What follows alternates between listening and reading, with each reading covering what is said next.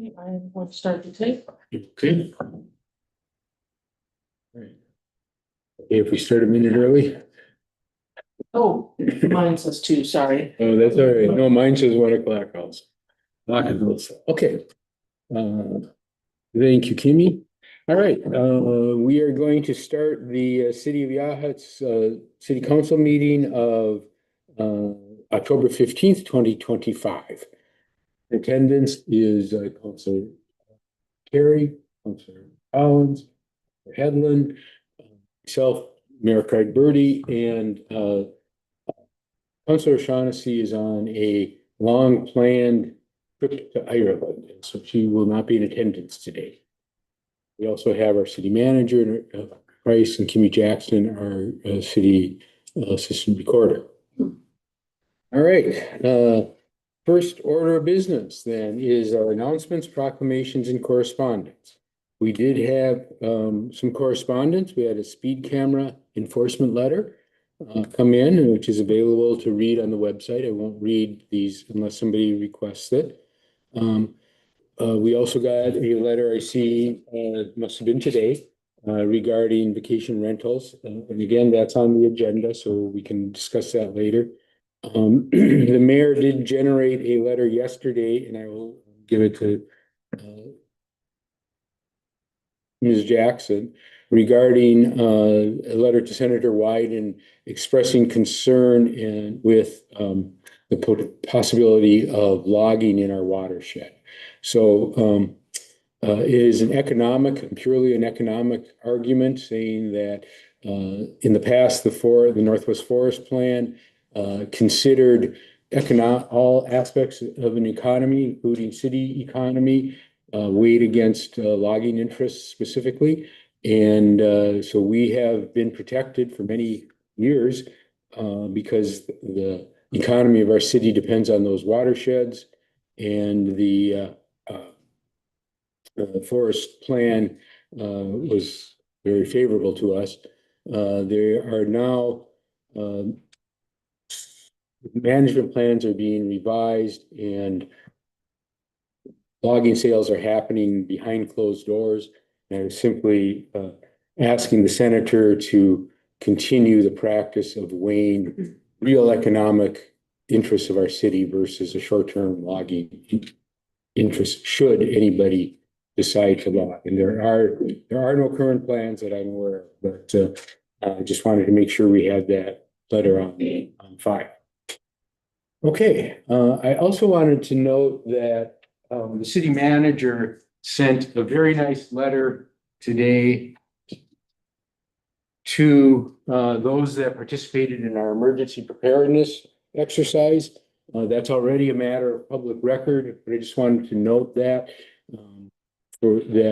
she's sent out a thank you for the people that showed up, and really appreciate that effort, and I appreciate the letter. So we don't really have that on our agenda, but let's try to kind of remember that, to summarize that in the city manager's report.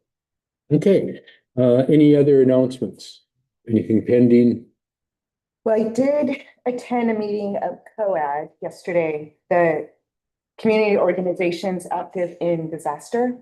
Okay. And it is a nonprofit organization that works on collecting all of the people who could be involved with disaster relief. So people offer services or resources. And so this one in particular is for Lincoln County. And their goal is to do like an asset library of like everything that's available in the county, including shelters, animal sheltering for livestock as well. And then just see what resources are available in Lincoln County. And it's a nationwide nonprofit organization. And the one in Lincoln County is being funded currently by the state of Oregon Emergency Management and the Pacific Power Foundation. And so what this nonprofit is asking is for people who have abilities to help in disasters to pool their information. Mm-hmm. And so it could be something that the city of Yachats would be involved with. So we can talk about our commons as being a shelter, what pastures we have up Yawhats River Road for horses if there's a fire that there needs to be evacuation. So there'll be more information coming forward on how to do more with this organization. So the question that comes to mind immediately is how are they coordinating with our county?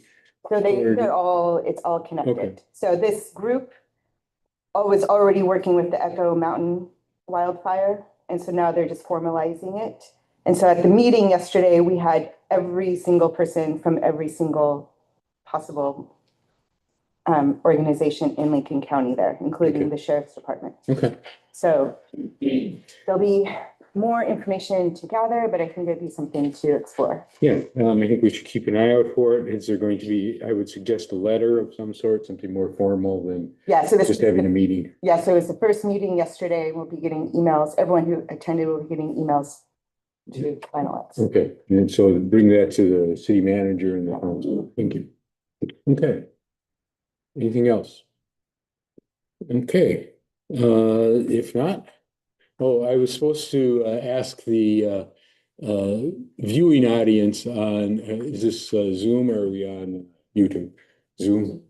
On Zoom to please keep your cameras turned off. Should they turn it on when we're ready to, if they get recognized? Sure. Yeah, turn it on when you get recognized, but otherwise it keeps the bandwidth conserved for everybody. Okay. Public comment. So we're open to public comment now. This is limited to items that are not on the agenda. We ask that you keep your comments to 5 minutes or less, that you address the chair, and that you identify yourself in terms of what city you live in, whether you're a resident in the city of Yachats or not specifically, and avoid ad hominem attacks, if you will. So focus on the issues, not the people. Are there any public comments? It's not on the agenda? Not on the agenda, yes. None. Okay, we will move forward then to our public hearing of the vacation rental code update. City manager, would you like to kind of highlight what the code changes were? Yes, so the biggest changes in the ordinance update are clarifications, and there was an addition of a definition that's dwelling unit owner representatives, and that adds clarification to who can hold the license. And this aligns with the original intention of the code when it was developed, as well as the longstanding city's policy and administration of the licenses. It's just really making it much more clear. So the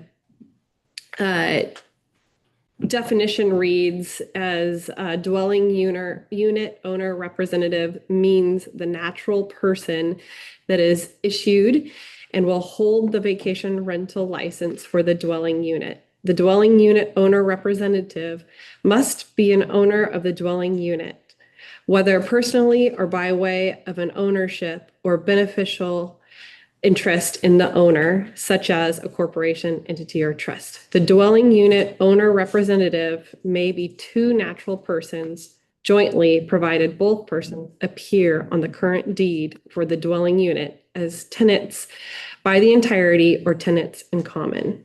So this is just making it clear that whoever holds the license needs to be a person or two people that are listed on the deed, not a trust cannot own the license or a business cannot own the license. I see your hand up, Barry. And well, maybe getting ahead of something that Landon addressed, but the letter that was distributed beforehand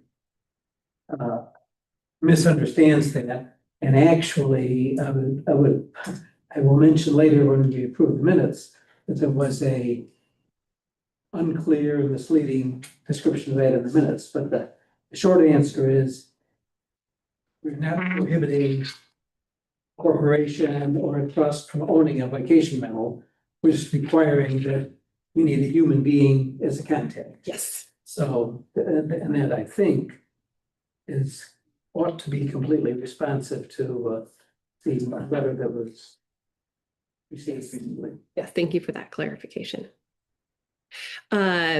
So that was the biggest change. There was an addition where it adds the newly established commercial water rates that vacation rental license holders now pay is added into the code.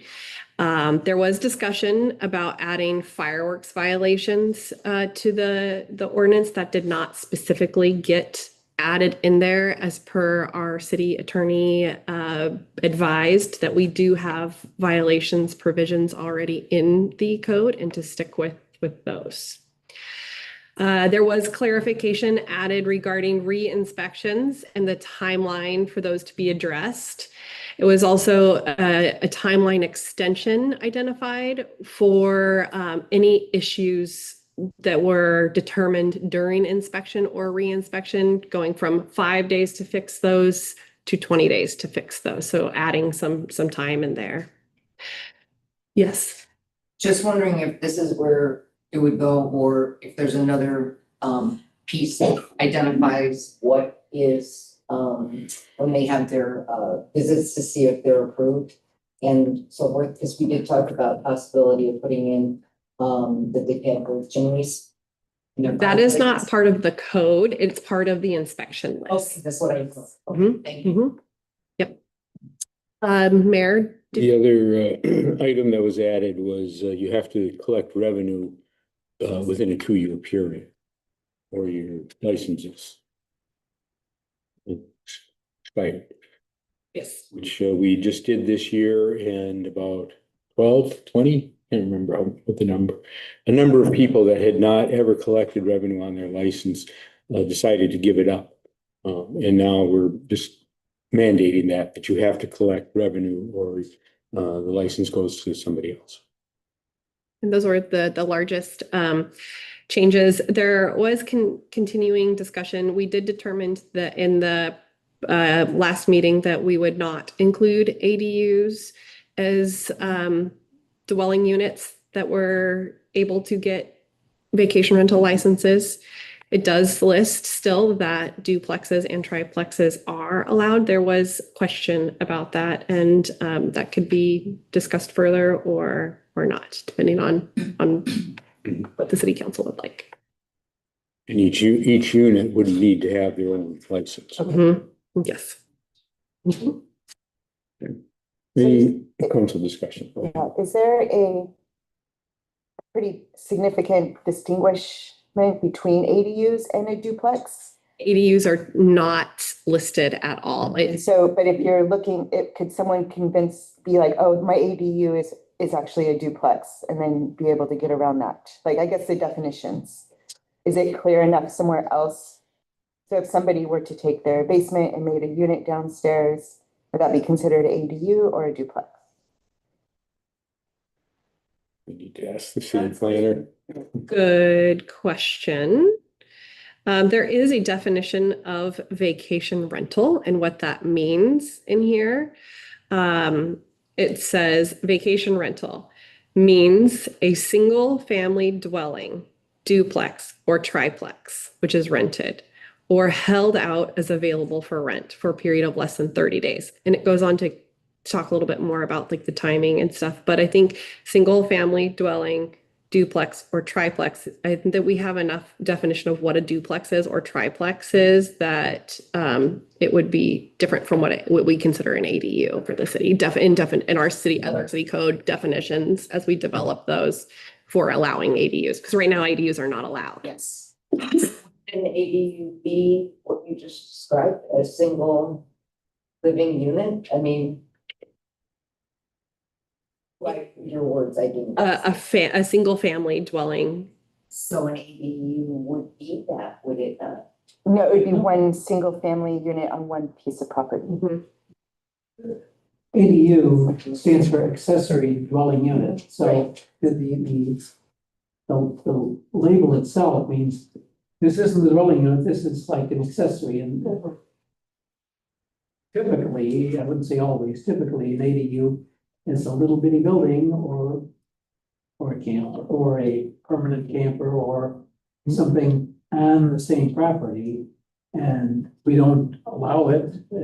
It happens, but there's no provision for it in our code, because there's no provision for it in our code, we didn't really have to address it in the vacation rental ordinance. But it's something that I'm sure we'll be talking about later.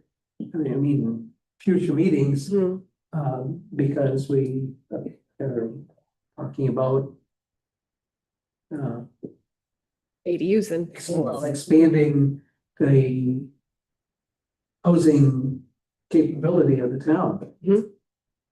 So I would suggest simply that the planner and the planning commission will need to clearly distinguish between an ADU and a duplex. Yeah. And we'll leave that for greater minds than ours as they work through that. All right.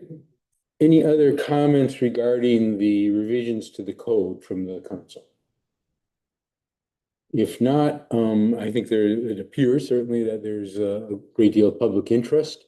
So we will open it up to the public for that portion of the hearing.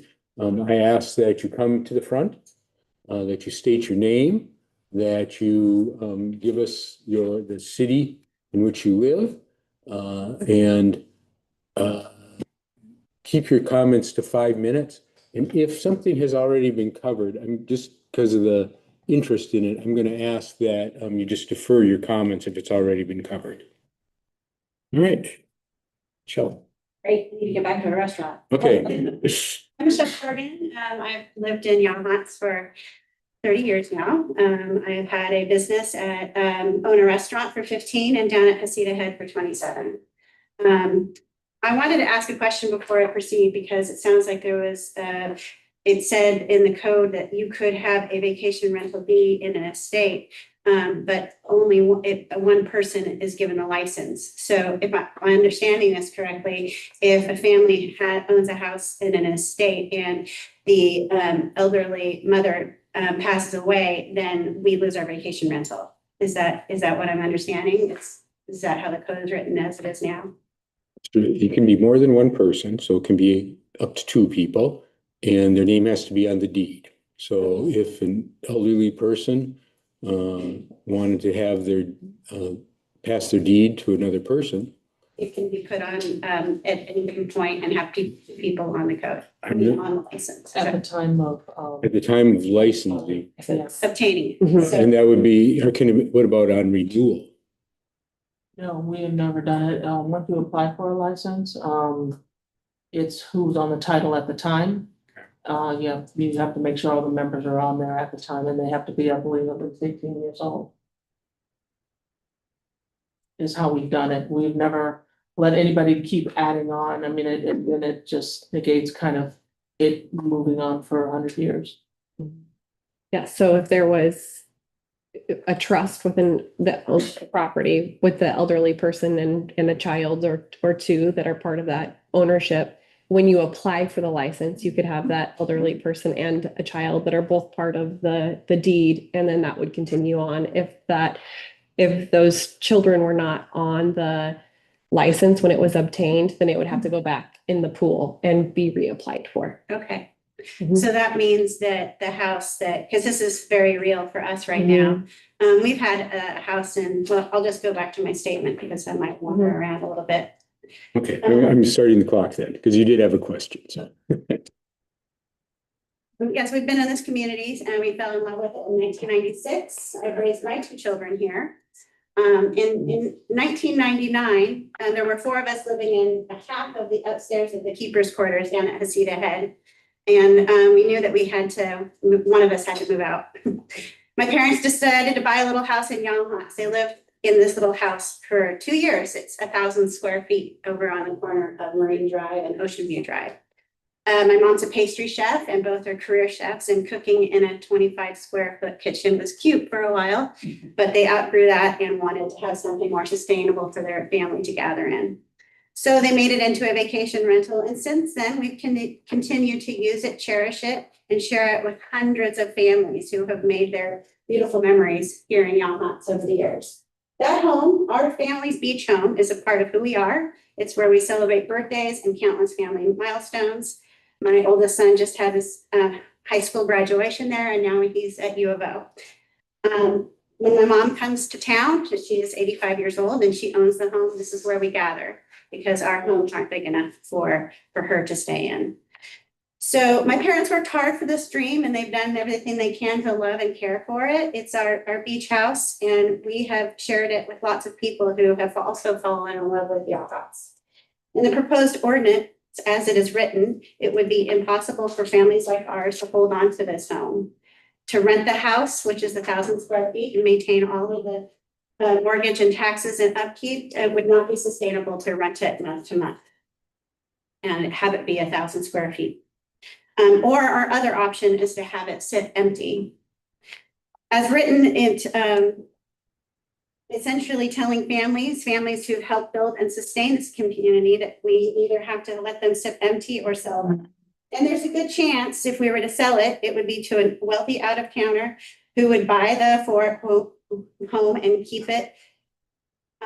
Maybe use it a couple weeks a year and let it sit empty the rest of the year. You know what empty homes are? I mean, empty restaurants. It means empty gift shops and less employment for our workers and less taxes for the city.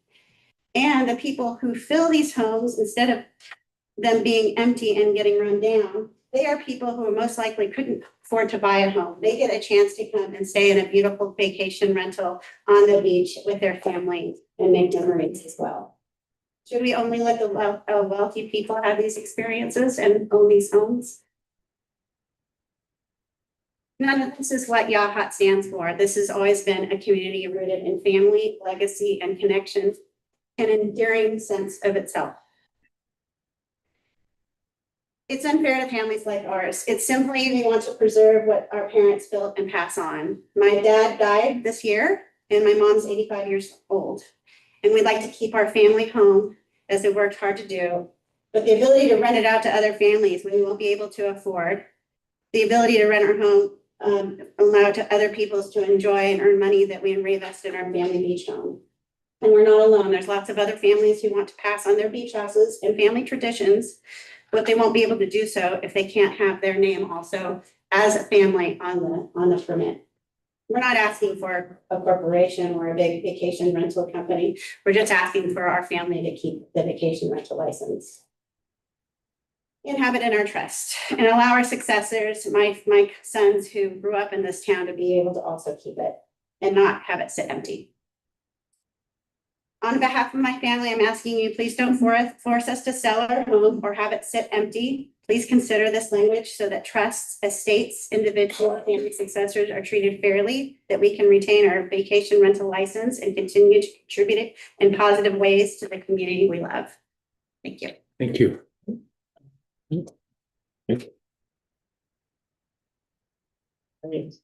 Yes, yeah, she's left. Yeah, Well, you didn't put it in form of a statement. I question whether she understood what I said earlier, that the ordinance does not prevent a trust from having a license. So I frankly, I just don't understand how. But it does in a way, because you have that one person, like if my house is in a trust. And I don't have my kids on the deed, so I couldn't then have my kids use it. So, yeah, so Two things. a trust can own the property, but not be the license holder. People in the trust that are part of the property can hold the license, but I don't understand what the problem is. I mean, she seemed to think that they couldn't keep it as a vacation rental, and I don't understand why. And I don't see that there's any conflict between sometimes using it as a vacation rental and sometimes using it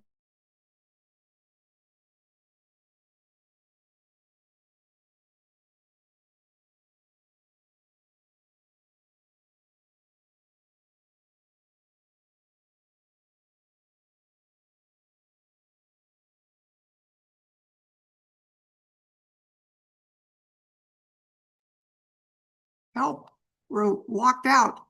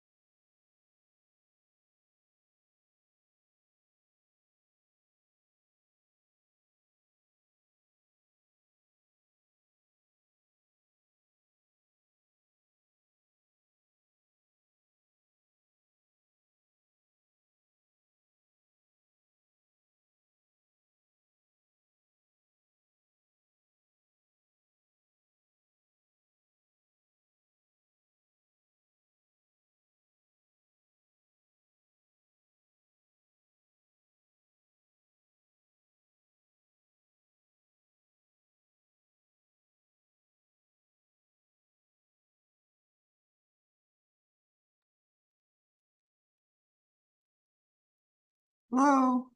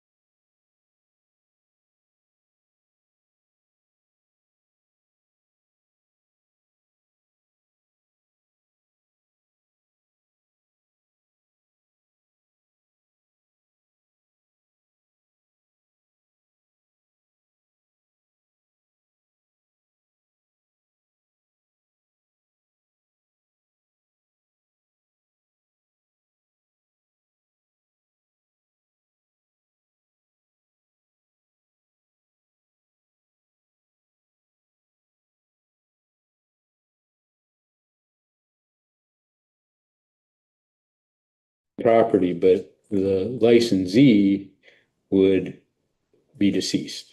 Well, let's look at how we worded it. In red. After at night.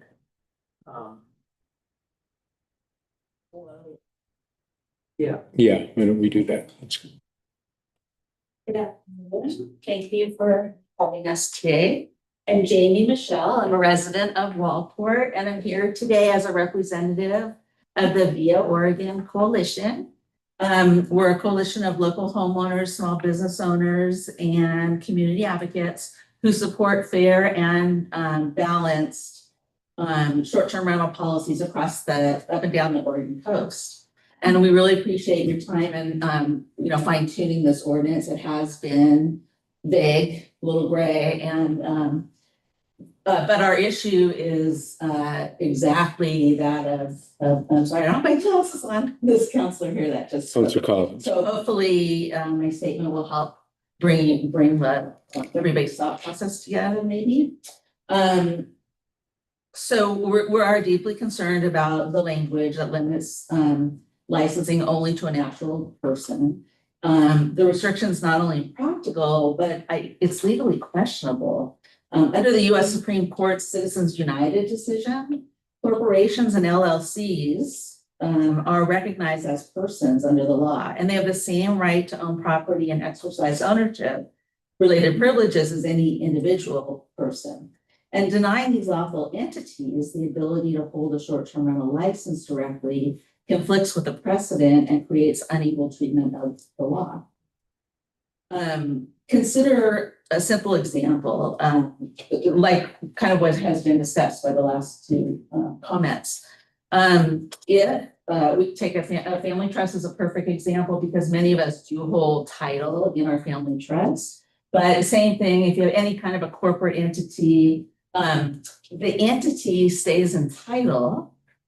However, in the background, the beneficiaries, the trustors, the managing partner of a partnership that could be holding title, changes, depending on, you know, what goes on over the years, whether it be in a family trust, you know, the death of a trustor or anything like that. And we have felt for a long time that it's really unfair that the city of Yachats considers the death of a party that was on the license, the person, to be a change of ownership when the entity and the title hasn't changed at all. Those changes are happening right in the background. And so I think that there's a deeper understanding at stake here, and that is understanding how corporate entities and LLCs and family trusts and whatnot actually hold title, and how those entities operate in the background, right? As I just shared. Let's see. So an easy, simple, proven alternative, it would be to tie the license to the property, right? So it would move with the land. And the city of Newport, I might encourage you to check out their ordinance. The city of Newport is already using this model successfully. And what it does is it provides continuity when the property sells or when the ownership entity evolves, as we were just talking. So that helps to, you know, ensure consistent enforcement, protecting the property values, and avoiding these legal gray areas altogether. By allowing licenses to transfer with the property, Yachats can prevent potential Citizens United conflicts and adopt a fair, transparent, and legally sound system that treats all owners equally, whether they hold title as an individual, trust, a partnership, an LLC, or any other lawful entity. The Oregon respectfully urges the council to amend the proposed language accordingly.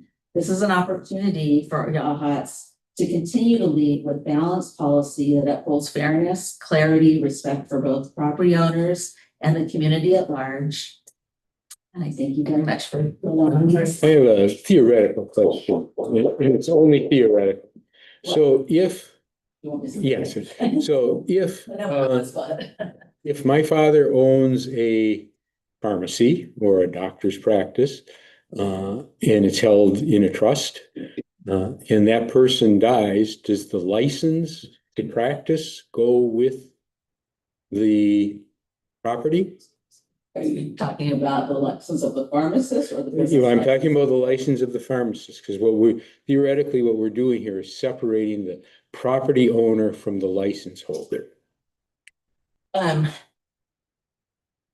think this is so I don't think we're comparing apples and I think we're comparing apples and oranges, Craig, in this situation, because of the way corporate entities are structured behind the scenes. And I maybe would share with you that I have about 30 years experience in real estate, title, insurance, and That's escrow. what I'm asking you. So, yeah, so when a corporate entity, you know, for example, a lender requires you to deed out to your individual selves to obtain the conventional financing, and then most of us, all of us, deed back the next day back into our family trust or the LLC. So one possibility, since I know that this isn't, you're proposing clarification to the code language, and this is not a new concept. However, it's been an issue that many of us have had with the way the code has been run here. Would possibly be to, I might ask you to consider grandfathering in how the licenses, you know, that they don't die upon the death of the entity that applied for the license, and that from this day forward, when you set your new code clarification, then everybody has a fair shake. But guess what's going to happen? You say two people, but what if You know, what if I have 8 siblings and we're all trustees of the family trust, and I know this, I'm gonna want us all to be, you know, on there, and you're saying, well, pick 2, any 2. I don't think that that's legal and fair either. Okay. When you understand how title is held and how those entities operate. That's my personal opinion on that. Appreciate that. We do have, in the code, in the ordinance, we do have 2 instances of grandfathering in already, so it's something we should consider. It seems like your question was alluding to the idea, is a short-term rental, or vacation rental license, a license to do business, Mhm. not a license to exist as a home, I guess. Correct. And so is there a distinction when looking at it that way? Yeah. Thank you. I think that clarifies what my question was. Yeah. Maybe it's succinct. Having looked at the thing, the proposed ordinance again, I think the language that troubles some of the people who have spoken is that vacation rental licenses are non-transferable, and the license is personal to the dwelling unit owner representative. So that's the provision. Now, we didn't talk about this earlier. I mean, we didn't talk about this specific subject when the other changes were being discussed, but a change that would possibly be solve some of the issues here might be to say vacation rental licenses are, I'm not saying I recommend it or not, I'm just throwing out something that would be a revision.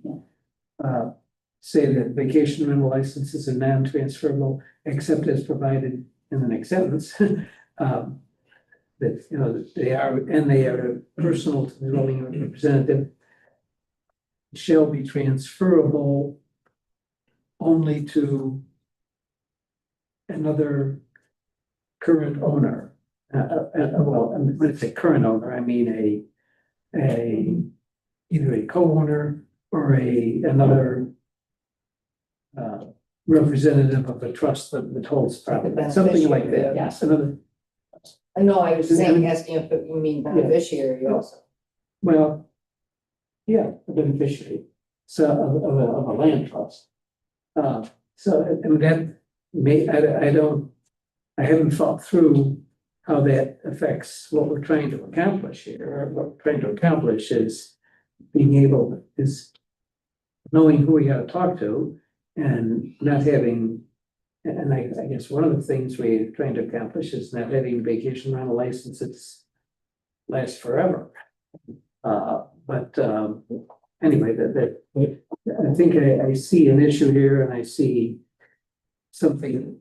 Yeah. Could be a change, but it's not what's written down. And the other thing that one of the other purposes is to prevent corporate ownership. So that some kind of large organization comes in and starts buying up all the property in yachts, which has happened in many communities, many vacation communities. And pretty soon, the idea that it's grandma and grandpa's property and we're passing it down is extinguished because it's owned by some private equity investor. And that's a very real threat. I mean, that's not idle. That's something that has happened frequently. So that's one of the things we're trying to prevent, is that it has to be a real person that's on the deed. There's probably, I'm sure, a smart economic investor would figure out ways to get around no matter what we do, but that's our intent, one of our intents. So I guess my question, with how you were expressing the view of it, would one do it, but also exclude corporations, you know? I'm not an attorney, but I would suggest you look at the Citizens United case and make your own decisions. Mhm. But I just wanted to give you one quick sentence to help clarify your thought process. Just upon change of ownership, your decision here is that the license expired. It does not move with the land, it moves with ownership, and it expires at change of ownership. However, our challenge to you is that the change of a member of an entity like an LLC, family trust, et cetera, is not a change of ownership. It's so simple, you know, it's really, Okay, thank you so much. thank you. Okay. Another comment, yeah, please refrain from, this is a time to gather information. We're not a support club here.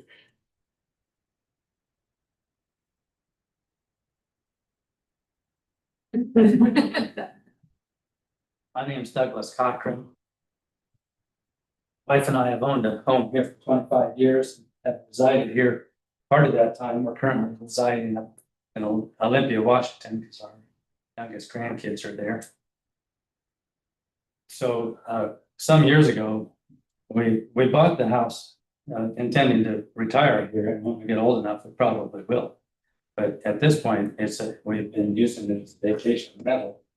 And it's a very popular place. It's ideally located, so we put a lot of money into fixing it up nicely. So it's booked a lot of the time, almost all the time, other than the time when we use it ourselves. So the situation we're in addition to what the other people are talking about, that how do we pass this on to our kids? The real issue is that we have a going concern here, which supports the property. We don't really make a profit on it, but it pays the bills. And our kids are not really in a position to, any of them, to take that on without the business aspect of it. But because I signed the license years ago, my name's the only one on the license. So if I keel over tomorrow, we're out of business. Nobody else can rent there. We've got a year's worth of bookings, book a year ahead. And so we'd have to cancel all the people that are mostly repeat guests. And my kids would suddenly be in a situation where they not only don't have any income, they don't have any rights to set it back up. And you say, well, they can apply for another license, but a business that shuts down, then how do you start that back up? You really basically have to start all over again. Instead of having a going concern that is working very smoothly, they have to start all over and build a new business around it.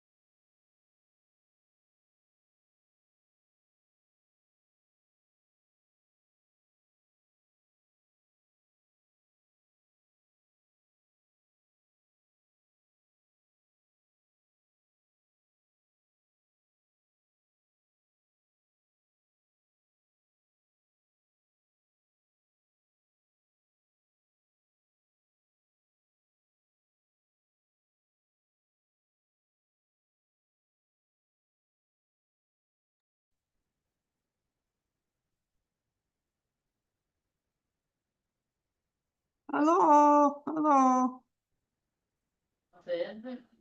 We're having some technical difficulties over there, so Timmy's trying to get the cameras back on Zoom here. Okay, thank you. No worries.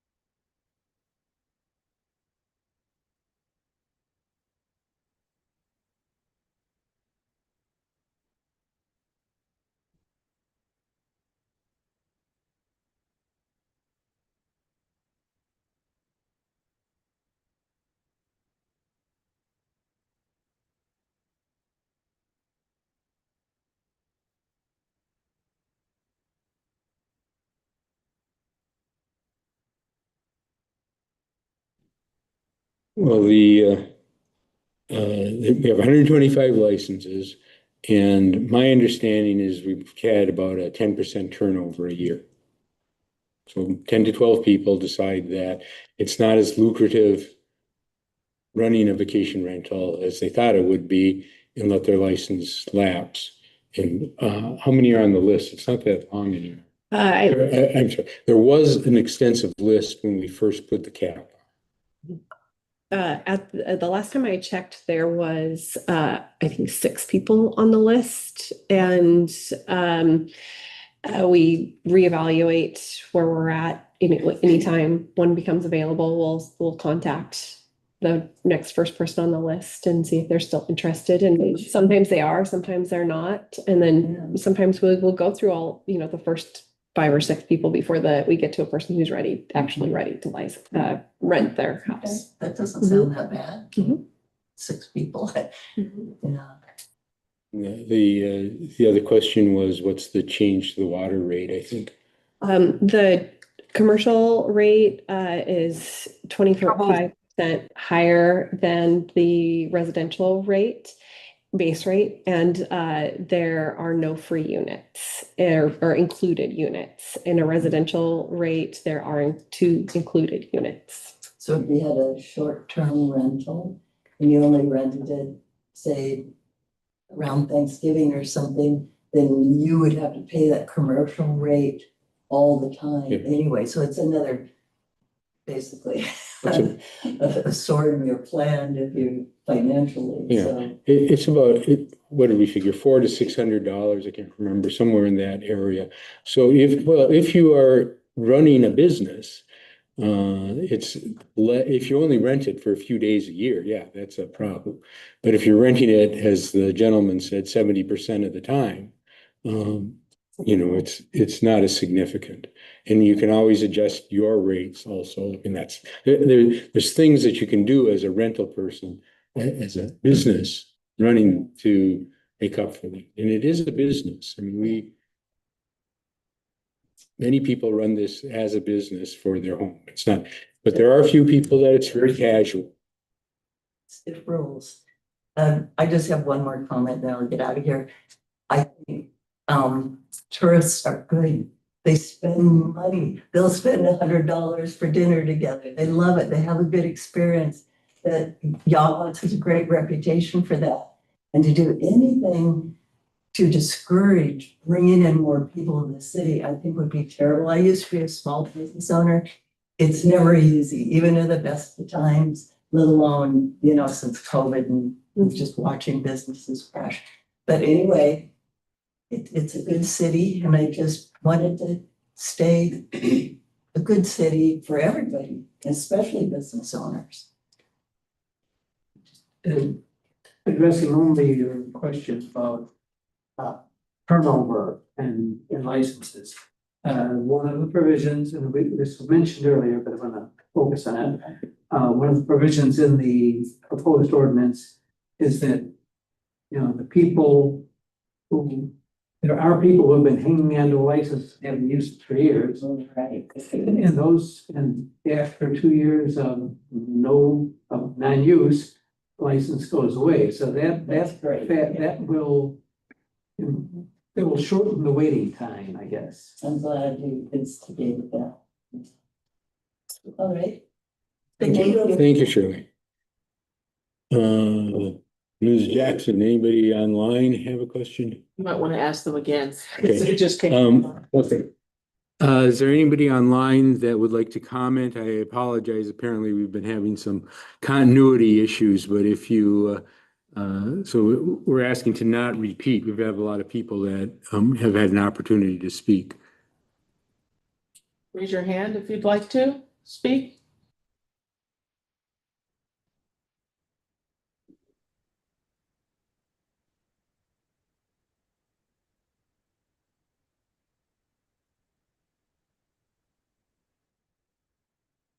That is a no. Okay, I think we can, is there one more person that would like to speak? And if so, that will be the end. Okay, this is our first hearing. So there is a second hearing by our charter that we can pass an ordinance after one hearing, but I think in this case, we certainly need to give it due deliberation. If people are concerned about speaking in public, and I know sometimes, for example, neighbors of vacation rentals have strong feelings, as strong a feeling as the people that are renting a vacation, but they're concerned about speaking in public, you can always write to us. And similarly, if you have a vacation rental, had some nuance that you felt was not quite expressed, please send a note to the city council, send it to the city manager. She'll make sure that we'll all get it. Does this mean for second hearing that we will be doing work on this? We certainly can, and that would be, We need to do that. sounds like we need some discussion. I would, and to that point, I think that we need clarification around the Citizens United question. I think Checking into Newports. good point, checking Newport's ordinance. My guess is that our attorney was well aware of Citizen United when he wrote the ordinance. To say that Citizens United established that corporations are real people, doesn't address the question of, is it illegal to discriminate? Discrimination gets a bad vibe of it. But the concept of discrimination is saying this is different from that.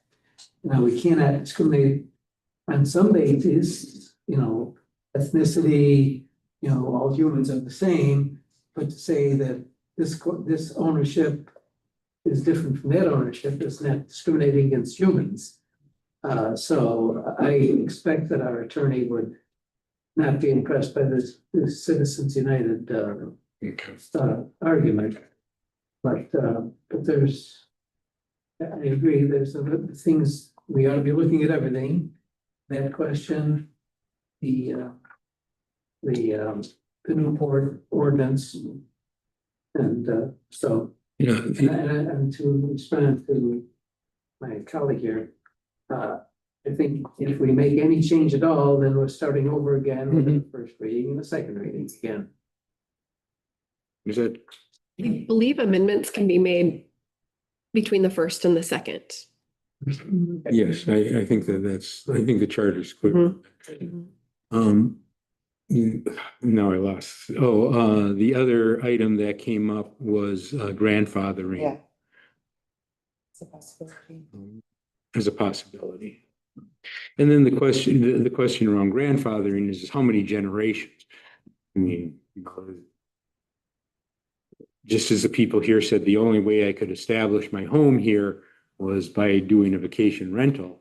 If everything is grandfathered out for 15 generations, then other people that would have the hope of establishing, becoming part of the community would have a very difficult time. So I think that's something that we need to think about also, and maybe get some guidance in that area. Another thought is, another piece is there a way to incentivize some of the short-term owners to make their properties long-term rentals, which is so sorely needed.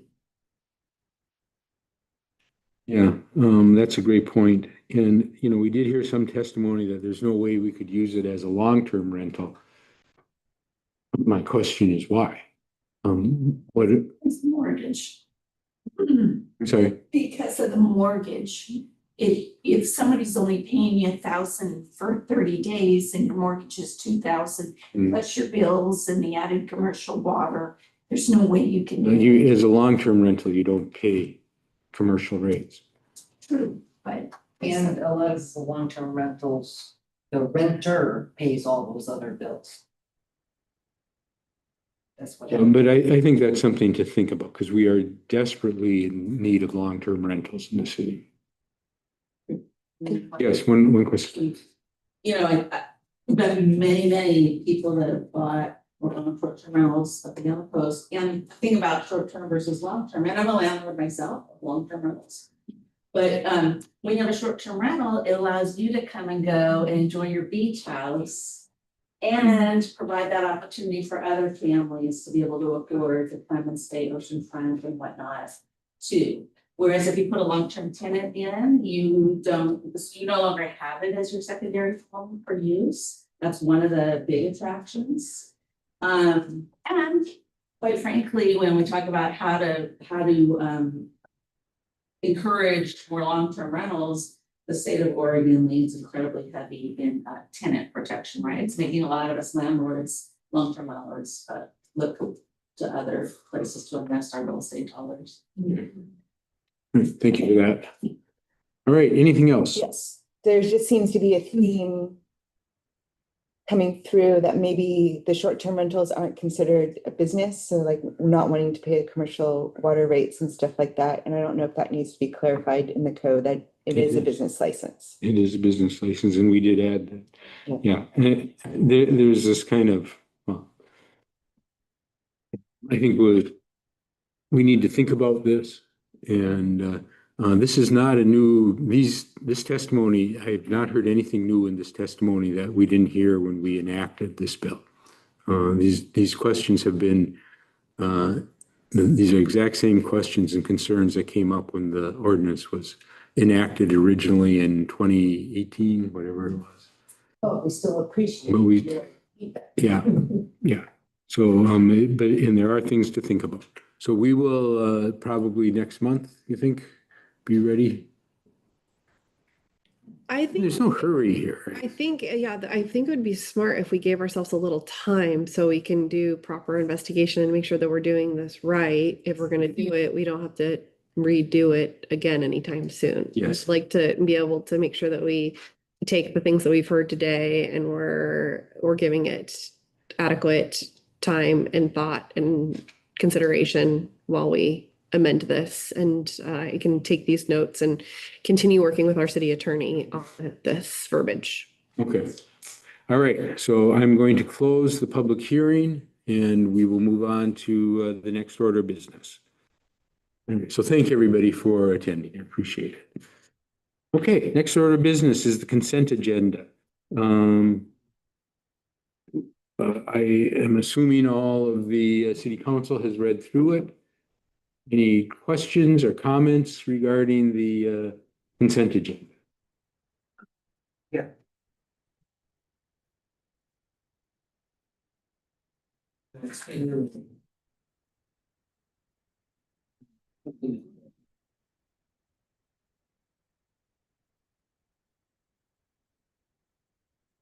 The council minutes, page 5.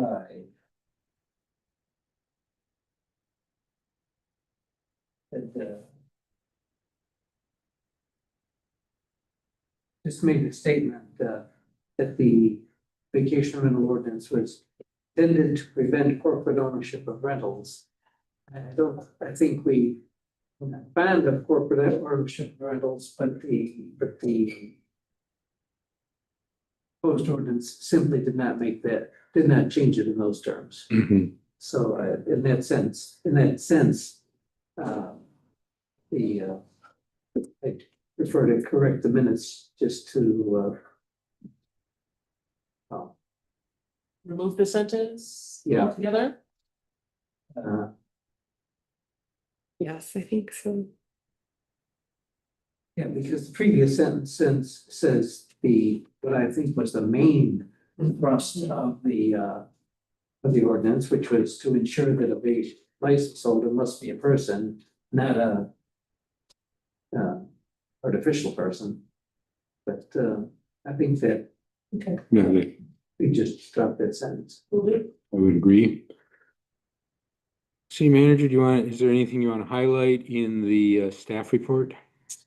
Yeah, I'd like to highlight the emergency simulation that we took place in on October 9th. And as you mentioned earlier, just a sincere thank you to our emergency preparedness committee and its chair, Lynn West, and the American Red Cross and Rick Booth for really spearheading that and being champions of the emergency preparedness and being able to bring this simulation to life and give us that opportunity to really exercise what it would be to initiate an emergency shelter here in the case of a winter type emergency that could potentially take place here. And it's not always the big one that we're worried about. We are worried about other types of flooding and slides and varying disasters that can take place during our extreme winter weather months.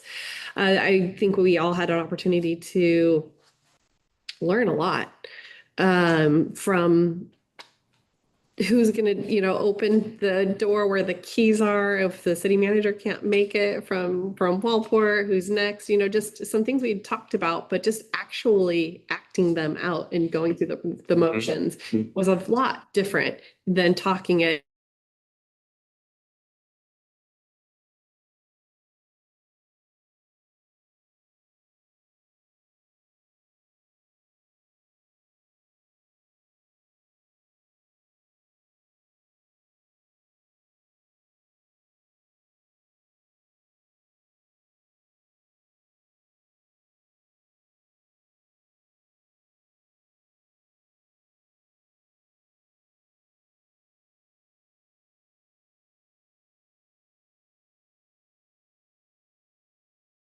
She simulated a broken arm, and our first aid team did a simulated splint. It was really cool.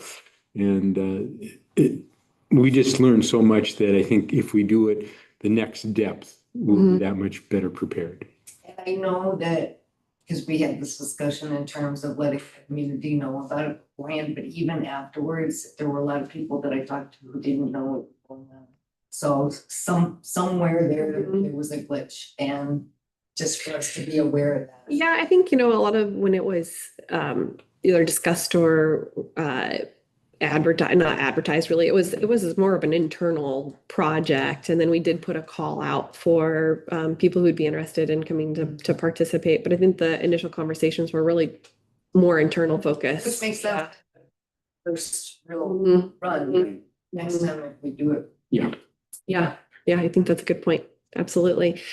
Also, a note that the ADA restrooms that we've been working on for quite some time now, we've just today received the finalized permits and have scheduled construction to start November 10th so that it doesn't interfere with either the upcoming Mushroom Festival or Celtic Festival. So that's really exciting. Yeah. Because some of the bigger highlights, we did also recently have our ODOT speed panel that was took place on September 23rd. And this followed the speed study that ODOT did in our 40-mile-an-hour zones. The original request from the city was to look at having them 25-mile-an-hour. While they didn't take 25-mile-an-hour out to the full city limits, they did lower the 40-mile-an-hour to a 35-mile-an-hour and extended the 25-mile-an-hour on the north end of town, just beyond the beyond 9th Street, so that the expansion of Dollar Tree and the Village Bean are included in that 25-mile-an-hour zone. So it was a good win. There was a lot of great voices from concerned citizens that helped push that appeal. Public Works Commission member Phipps put together the presentation and was a big push on the appeal. And I think that was a good win towards traffic calming measures and so slowing speed and pedestrian safety. So that was good. The other thing I would note that's happened is that they're putting up the siding on the Little Log Church Museum. It's pretty exciting to see it actually going up. And I got a chance to go in the library. I just was wandering by. The Unitas owner was there and got a chance to walk in, and super excited about that building moving forward too. It's beautiful inside there. So really a coup for our little town to have a new library. So, Catherine, did you have something? I have maybe a request.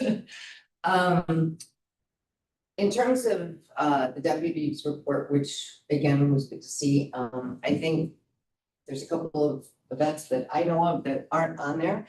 And then is there a way we could have the deputy and the animal control person come and maybe give a brief discussion? There's frustrations of not getting calls back And, it's a concern. I think it'd be good to have a discussion in animal control. I mean, just, I don't think we need them here every month, I guess. No, I just meaning just once, like, what procedures would they like a citizen to take if they have a concern, and what are valid concerns, and what would they expect in return for their concern, like, will they get a phone call back? Mhm. Okay, Those kinds of things. okay. And there may be legal constraints, so we should know that. So you're asking to schedule an upcoming meeting, the animal control deputy to come and just give an Well- overview of how they. He and our deputy come at the same time, because I know when we had our, the picnic out back, our deputy had indicated to me that where people should call is animal control. And subsequently, I shared that information, and those people are extremely frustrated because they never got any follow through even after calling 2 or 3 times. Okay. Does that make sense? And speaking of the sheriff's report, I will note that continuing to see many more traffic citations. Mhm. And from all over 101. Can I ask that if we can fix the format for next month, because we used to get the whole thing on one page. And now it's split into 2 pages and it's a little hard to read. I think it just needs to be turned into The- landscape The versus. I think we'll last 2 columns were separately. Okay, I yeah. think that was just a pullover error. Yeah. You got it. and we'll talk about we'll talk about this whole thing in just a little bit. I did have one more note. And we did were there any other questions, I guess, on the city manager's report? If I can go to the financial reports, again, I find the graphs really helpful. They're not so helpful when it's not a quarterly income change. But I was looking at the fund balance sheet, which kind of tells us how much money we've got in the bank, if you will.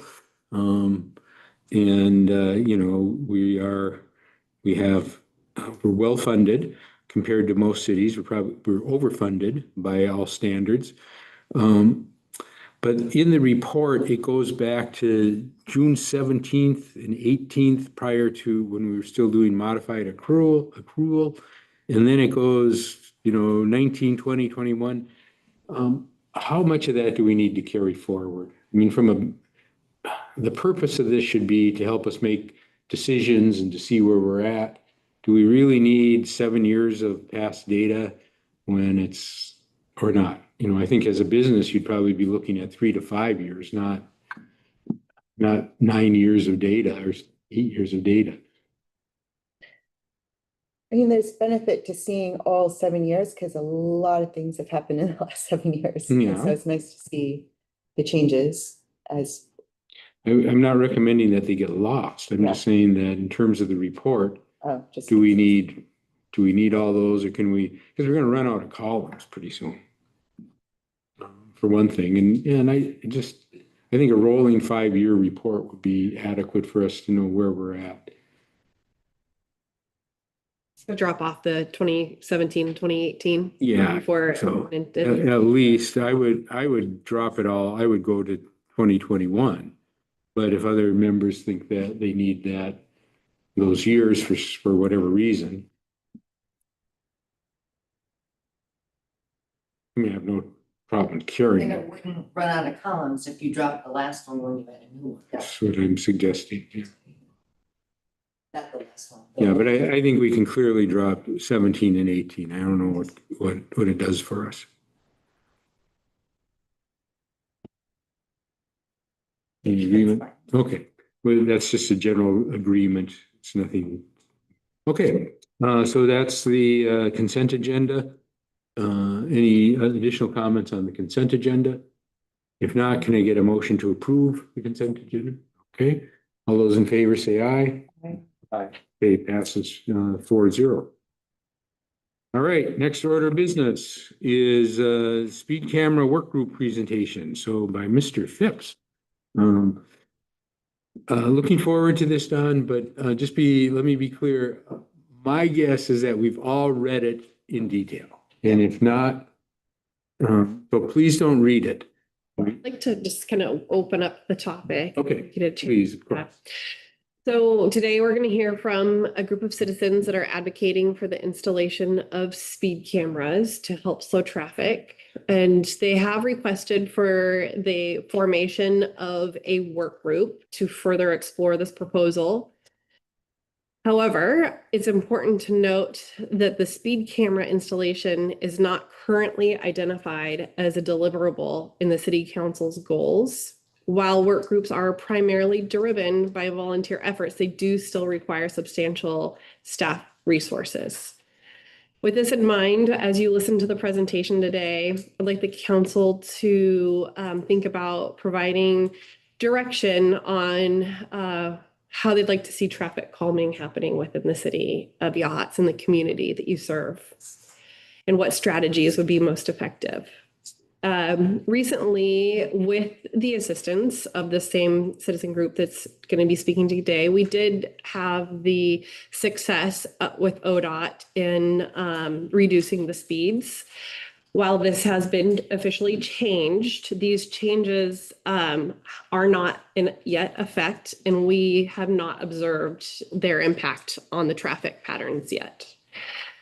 Additionally, we have acquired the portable speed feedback trailer that can be relocated around town.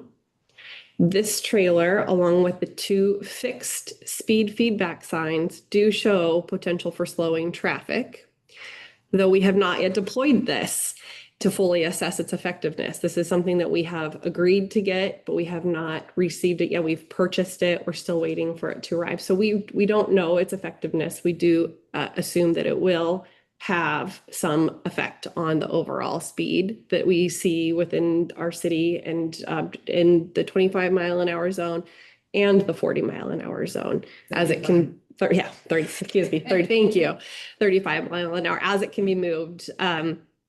I do see frequently people speeding in. As soon as they see that feedback sign, you can visibly see a slow happen as soon as they get their reading. So I assume that will be the same that happens with that camera that can be, or the not camera, trailer that can be moved around. The city also recognizes that effective traffic calming measures can be in other ways besides signs, such as planting trees and behavioral ways to change the way that the highway feels to drivers is a big way that people will speed to slow their speed. So we just did that down on Highway 101 South with the delineators. That tightens things up and effectively slows traffic due to psychology that brings. Also, for many years, the city has planned to extend sidewalks north of town and south of town. And the addition of those sidewalks could allow for more trees to also bring in and change the feeling of the highway, which would allow for slowing of traffic. And those are proven calming strategies as well. As we reflect on your goals, it is important to remember that you do have traffic calming measures in mind. Currently, under the livability goal 2.1, it says we are committed to pursuing traffic calming and pedestrian safety measures, and that we would be in conversation with ODOT for extending the phases 2 and 3 for the sidewalk extension. So those are goals and deliverables that we're working towards. And to work towards those, we did apply for the Transportation Growth Management grant through ODOT. That would help us hire engineers to move those forward, those sidewalks forward. We did find out just this week that we did not get that grant. However, we were informed that our grant was very compelling, and we were in a very competitive grant group with Region 2 is our ODOT region, that we've been referred to a separate funding opportunity for our sidewalk initiatives, and that funding is not through the grant process, it's actually through a staff-supported initiative. So I've got contacts on how to receive some additional funding opportunities through ODOT that's not part of a competitive program. So that's really positive. I think we're really on a good path forward. It's slow and steady, but we are moving forward. I think what we're going to hear today is also an option for traffic slowing, but I think we need to look at all of the measures and decide how we want to go forward as a council. So I'll hand it over to Phipps and Walsh to share their thoughts. Hi there. Thank you again for giving us a chance to come before the council here. I did want to say there is an error in what you were told or what was written in the memo from the city to the council, which says that I am requesting the installation of speed cameras. That is not a true statement. I am not requesting the installation of speed cameras. I'm requesting that the council give us the opportunity to investigate this technology, understand how it might play a role in the traffic calming. And I want to say I also appreciate the city's efforts in traffic calming. I think anything that we can do on that to meet that goal, I think is important. Now, I do have an opening statement I'd like to make. I want to say I and my partner Cheryl Roth moved to Yachats in 2020, live on Hanley Drive, above the city on the east side of 101 Highway. As an active senior, I quickly discovered that to enjoy walks and hikes along the coast meant I and many of my friends and neighbors had to cross the busy highway without the benefit of a crosswalk, and where an excessive amount of speeding was occurring. The median age of our residents is 64. Common sense suggests that seniors need more time to cross the highway. I addressed the Yachats City Council in the spring of 2022 to discuss the lack of crosswalks on 101 Highway and the lack of pedestrian protection around the curve on 101 Highway that connects the city center to Yachats Ocean Road. I was counseled by then Mayor Leslie Baylor to join the commission, and I chose the Public Works and Streets Commission and became a member in June of 2022. In November of 2022, Dave Diamond and I met with Mayor-elect Bertie to advocate for law enforcement to regulate speeds in Yachats. In that meeting, I explained that Walport had 2 deputies under contract. The mayor-elect asked me to investigate further. I reached out to City Manager Dan Cutter, and he told me that the deputies' county-wide responsibilities severely limited their time to do speed enforcement in Walport, and that despite the contract, he had little or no control over how those deputies were deployed. Once Mayor Bertie took office, the city contracted for a part-time sheriff's deputy. However, just as in Walport, this police presence has not had much of any discernible effect on speeding on 101 Highway in Yachats. Yachats has 3 speed zones, 2 40-mile-per-hour zones, now 35, that bookend a center zone where the speed is 25 miles per hour. As a commissioner, I became aware that the 2 flashing speed monitors could provide speed data in the 25-mile-per-hour zone. I began compiling and analyzing this data and confirmed my suspicion that there was excessive speeding even in the 25-mile-per-hour zone. And I surmised it was likely that the proportion of speeding was even greater in the 2 40-mile-per-hour zones that extend north and south from the city center. It's important for council members to understand that speeding in Oregon is considered a criminal violation. It's not a laughing matter. Plus, it increases the hazards to our citizens who cross the highway without the benefit of crosswalks or who walk in the shoulder of the highway that is demarked by a white line that provides no safety. 3 of our citizens have died walking across or along the highway since 2013. I also discovered that the prevailing belief on my commission was that ODOT would control and likely reject any modifications on 101 highway that would create a safer pedestrian environment. So I took it upon myself to reach out to ODOT as a private citizen. I found that ODOT had processes that would permit the city to ask for lower speeds on Highway 101. Furthermore, cities could appeal to a review panel, and that panel had the power to overrule ODOT decisions on speed limits. I also discovered that the only type of crosswalks permitted in a 40-mile-per-hour zone and a 35-mile-per-hour zone, I might add, is a refuge crosswalk, which would require widening the highway and creating an island in the middle of the highway.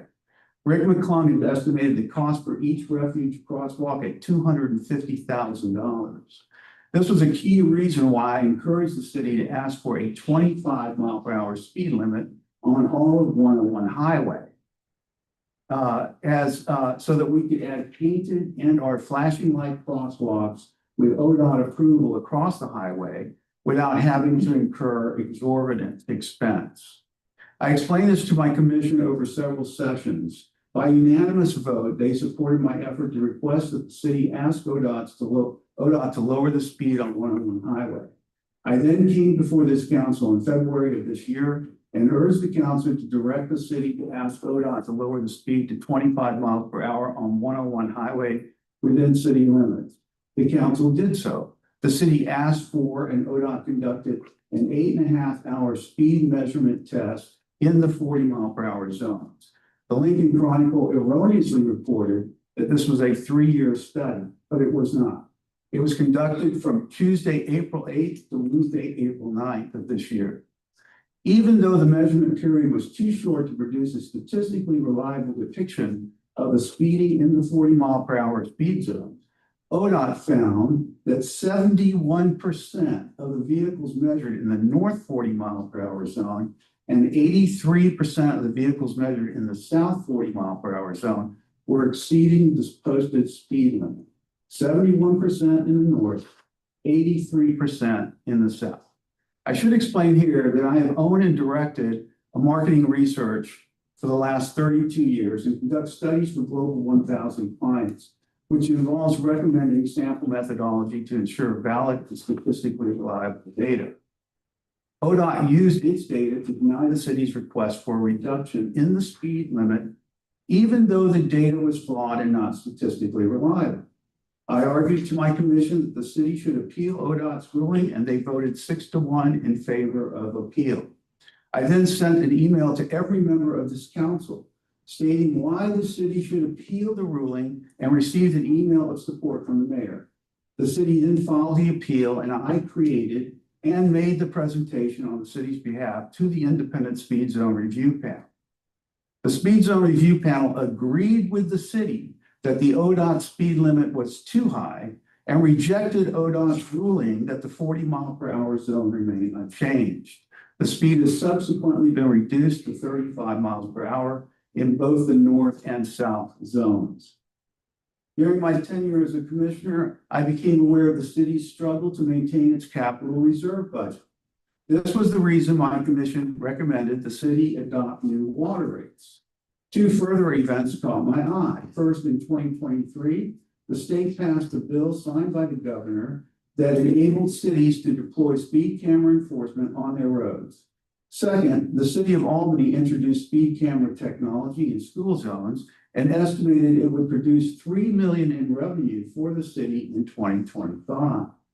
I reached out to ODOT and they said they would have no objection to speed camera enforcement on 101 highway in our town, provided YAHATS met their guideline. I informed my commission of my findings and began projecting revenue from speed camera enforcement based only on the number of speeders in the 25-mile-per-hour zone. The revenue numbers were substantial. To me, combining the need for city revenue with the ability to slow speeds and increase pedestrian safety could be a big win-win for the city. But beyond revenue, there was the question of cost. I suggest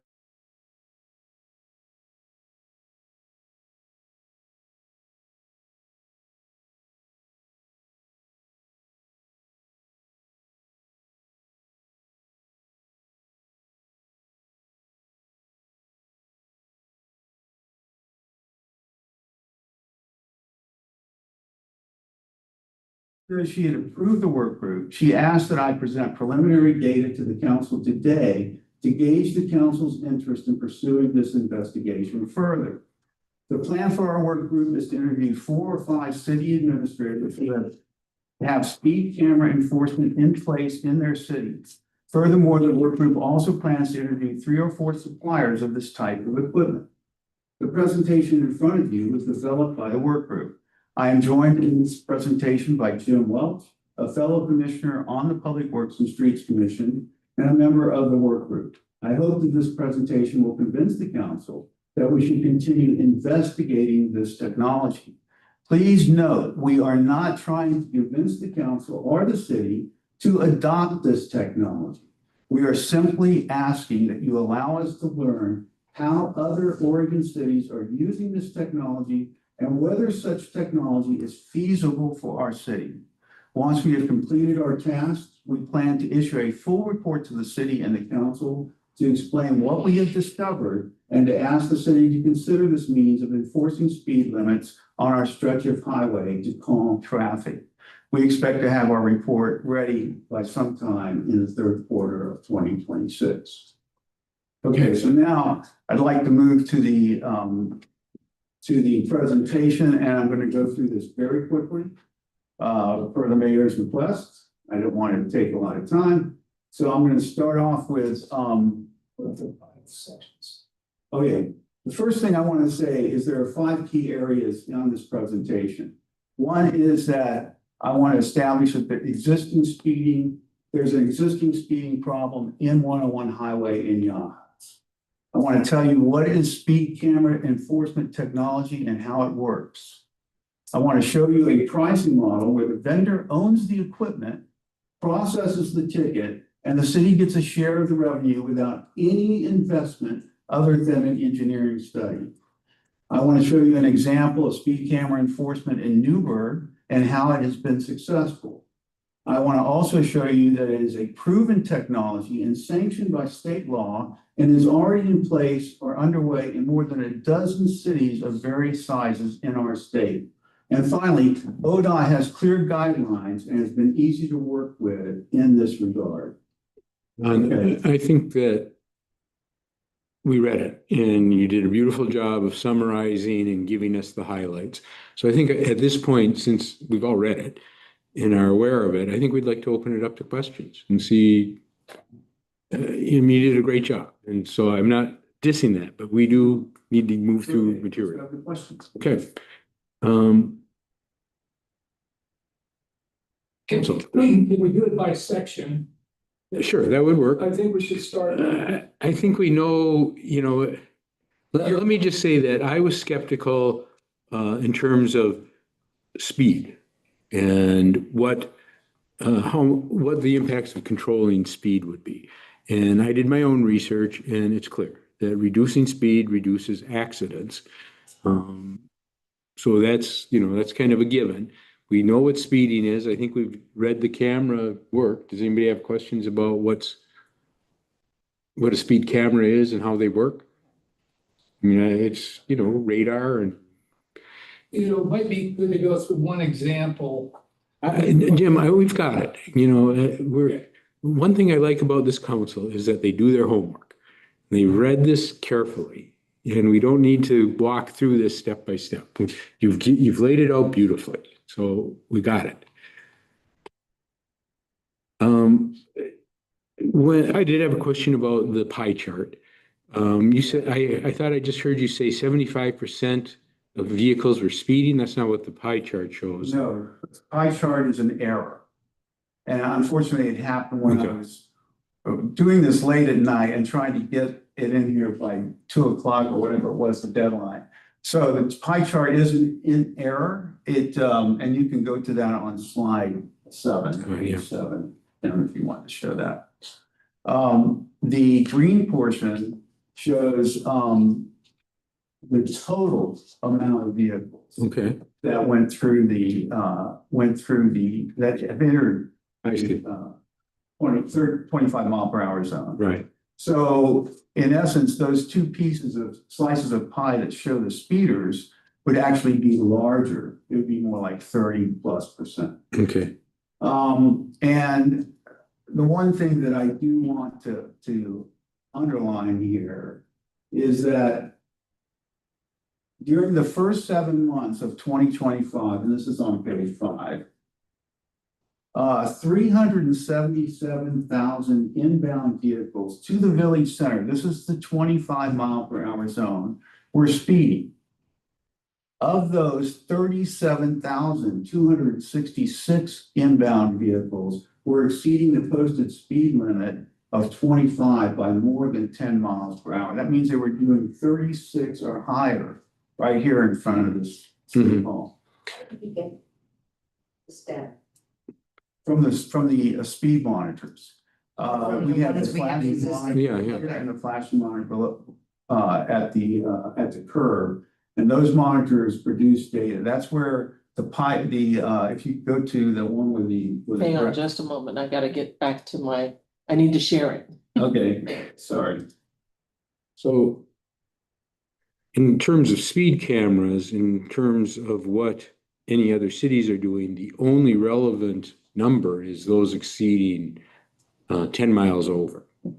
Yeah. Anything under, unfortunately, I recognize the speeding and I don't like it, but the speed cameras are only useful for those that are exceeding the 10 miles over. Yeah, they're not really, it's not a matter that they're useful. What it is that they will automatically ticket anyone, and the governor and the legislature requires that the only ones that are eligible for tickets are people doing 11 miles or more above the posted speed limit. Yep. So anyone under 10 or under is not going to get a ticket. Just letting you know. Yeah. And we need to be clear about that, I think.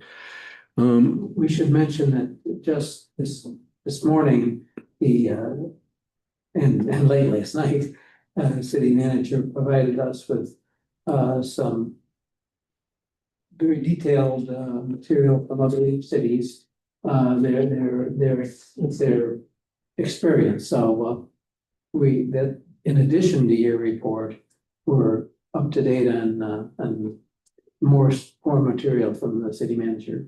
Yeah, I saw that and I thought that was good. Yeah.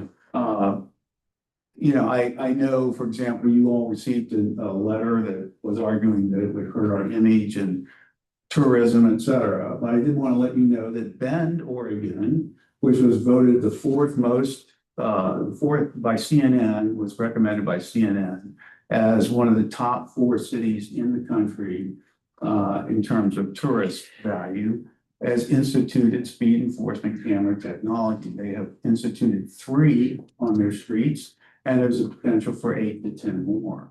So this is an ongoing process, and it's happening worldwide.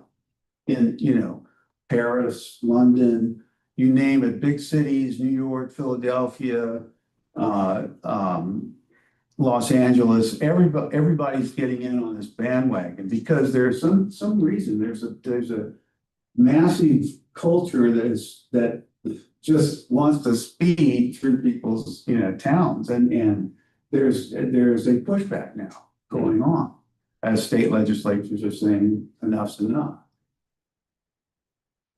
And I don't know if you've had time to read the Portland, and to be clear, part of the legislation is that you have to produce this detailed report after 2 years.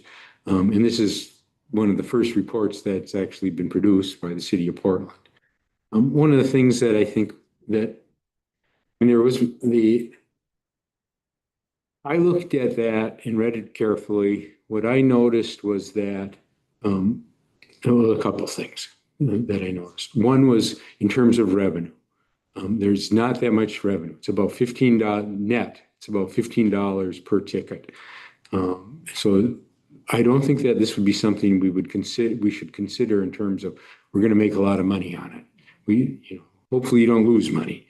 The other thing that I thought was relevant was how complicated it is on the county level. That the ability, a bunch of acronyms about how you can appeal it, you can, and then the sheriff, then the agency that's running it compiles photos and sends them to the sheriff. The sheriff staff they don't have to be sheriff's deputies, but sheriff staff look at it and make a determination whether in fact it should be pursued or not. And then it goes to the court and the person can still appeal, et cetera. So there's a complexity. That's not just, we're going to take a picture, we're going to send people a ticket and the ticket gets paid. There's a whole lot of complexity that goes into it. Well, it's not really any more complex than getting a ticket from a law enforcement officer. It is because the law enforcement officer is right there and he's ready to testify. With the camera, the offender, a potential offender, has the right to appeal and then to appeal again, and to also, before it even goes to the court, before it even goes to the traffic court. So there's multiple steps. And then the court still has discretion in terms of, should you go to traffic school or not? Yeah, you have the right to appeal a ticket given to you by a police officer. Yes. And I have done so. Yes, I understand, but this has 2 additional steps before you even get to them. You have your ticket reduced and you can go to school or whatever it is and not get the ticket. Now, we'll get to comments then. In this table that I put together, which shows the revenue potential, we have taken into account that there would be not 100%. It wouldn't be perfect. In other words, at the bottom rows of the table shows 75% of the tickets paid. So 25% are jettisoned right away, right? Because of what you were saying, that people contest or they say, it's not me, or picture is not me, or what have you. And so that is understood in this revenue projection. Even so, based on just the speeding going on in the 25-mile-an-hour zone, the city, if the vendor would sell for a $50 cost, would earn somewhere around $900,000. And if it was at $75, if the vendor charge was $75, it would be $209,000. Let me just say also. That's for only 8 months or 7 months? 7 months. And let me just say that the vendor has a program called a per ticket paid, or what is it called here? A price per ticket. It's called per paid fee. That's what it is. The city doesn't pay anything for the equipment. Nothing. The vendor furnishes the equipment, cost free relatively to the city, but it takes its share of the fee and reflects that as a payoff for the equipment, in addition to getting a fee for the citation. So basically, the city's only cost is really just the engineering study that would be needed to satisfy ODOT's requirement for a safety and operations study at the beginning of the program, before it's approved. Once it's approved, it's the vendor only gets paid if the city gets paid, and the county and the state gets paid. So it's risk-free relative to the city. Yeah, that's a bit misleading. To the city, yes, but there's significant costs to the county. To the district, there's significant costs to the county, to the district court. Just in terms of time. But they get a percentage. They do get money, but it's also, you just can't say, oh, we just write a ticket and off it goes. The county needs to now staff to handle that. And the sheriff's department needs to staff to handle that. So I'm not saying no, I'm just saying, let's not paint a rosy picture that there's no cost beyond this. In this revenue model, it shows the share for the county state, and this was taken from the city of Albany, $66 per ticket. I think that the real numbers from Portland are not as rosy. I mean, they're still positive, I'm not saying that they're not, and not saying not to pursue it, but I'm just saying that the real report from the city of Portland was not that rosy, that there was a lot of additional costs that we just need to be aware of. Right, and there are other reports out there. I do want to say that we would like to investigate, and that's what we want the council to approve today, is allow us to continue our investigation. Not to say we're gonna have these cameras on the street tomorrow. No, we just want to look at it and examine it and see if it's feasible. And one of the things we'd like to understand also, if the application, if the city would allow us to do so, is look at the administrative side, because we have not done that. And I said in here that it's fuzzy. We don't know exactly what's involved. Cities may have different ways of handling. Portland may have its way, Bend may have its way, et cetera. Okay. And some of these cities that we talked to, for example, Newburgh, has its own police force. Yes, So that's And own what courts. the city does not have. right. We don't have a police, we don't have courts, we'd have to get an alignment with the county.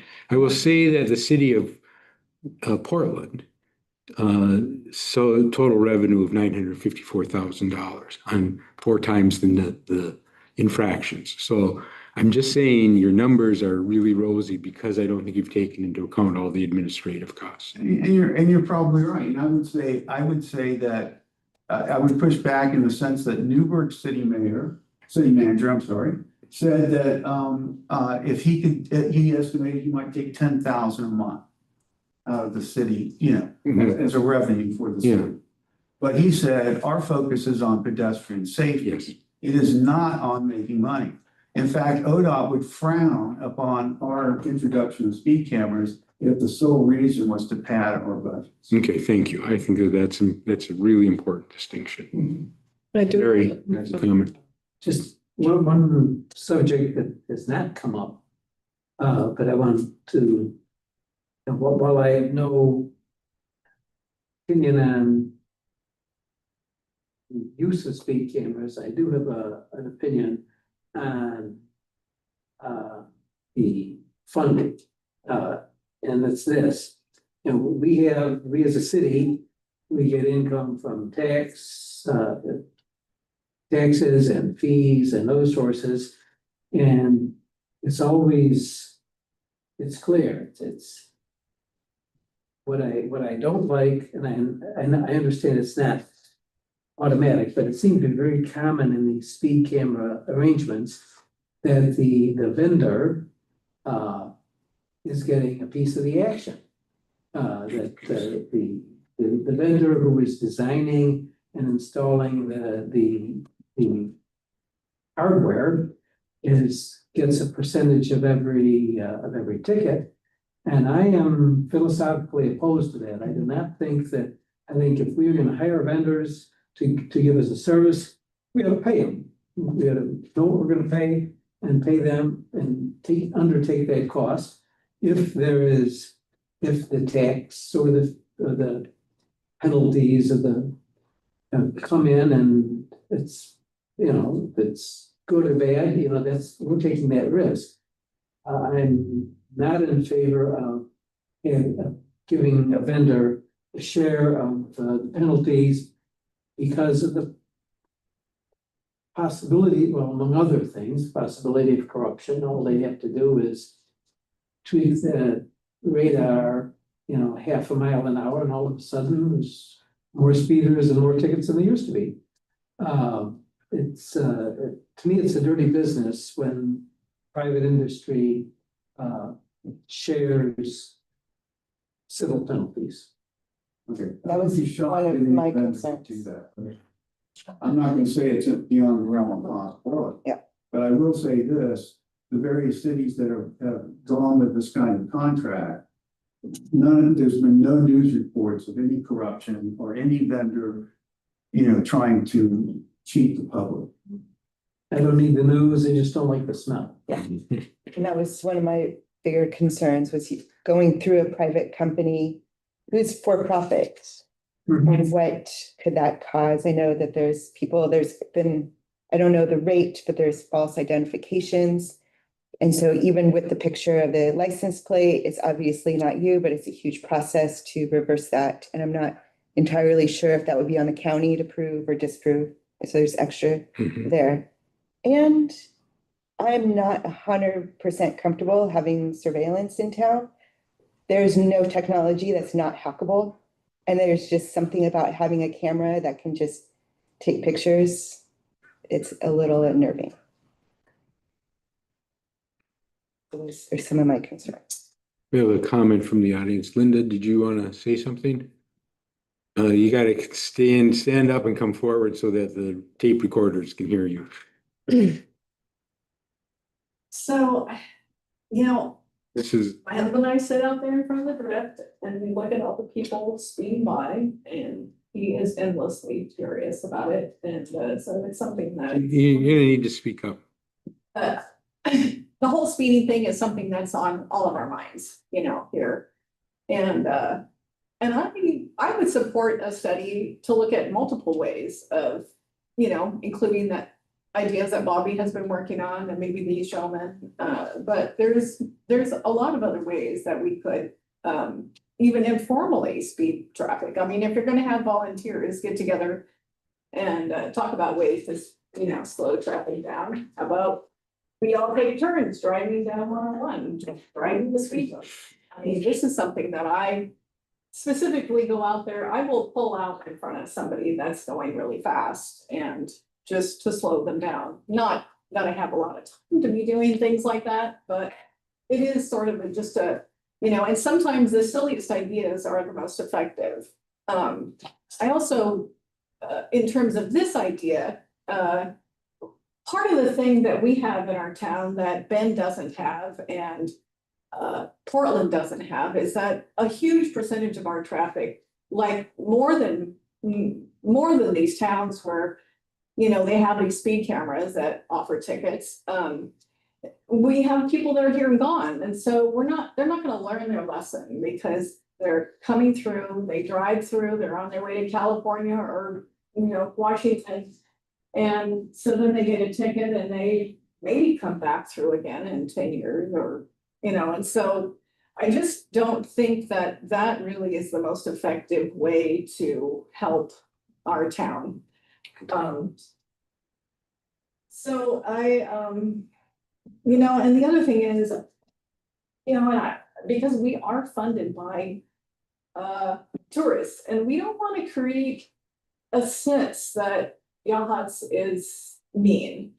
And so you know, solving one problem and creating another problem, I don't think that that's the best way to do it. And I know that a lot of people are doing these things, you know, I myself, years ago, I got a ticket up in, you know, Beaverton from one of those traffic lights, you know, it was raining really hard and I couldn't see and, you know, I turned on a red light and I just got a ticket and it wasn't, you know, and so, you know, I'll have to tell you, I will never go to that part of town again.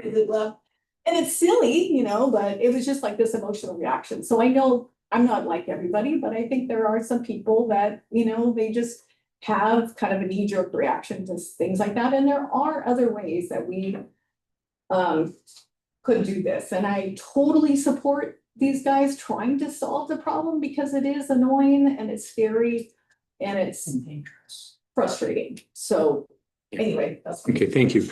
So I think Linda summed it up really nicely. I'd like to add one thing, if I may. The magnitude of the problem is huge, and I'll give you an example. The what?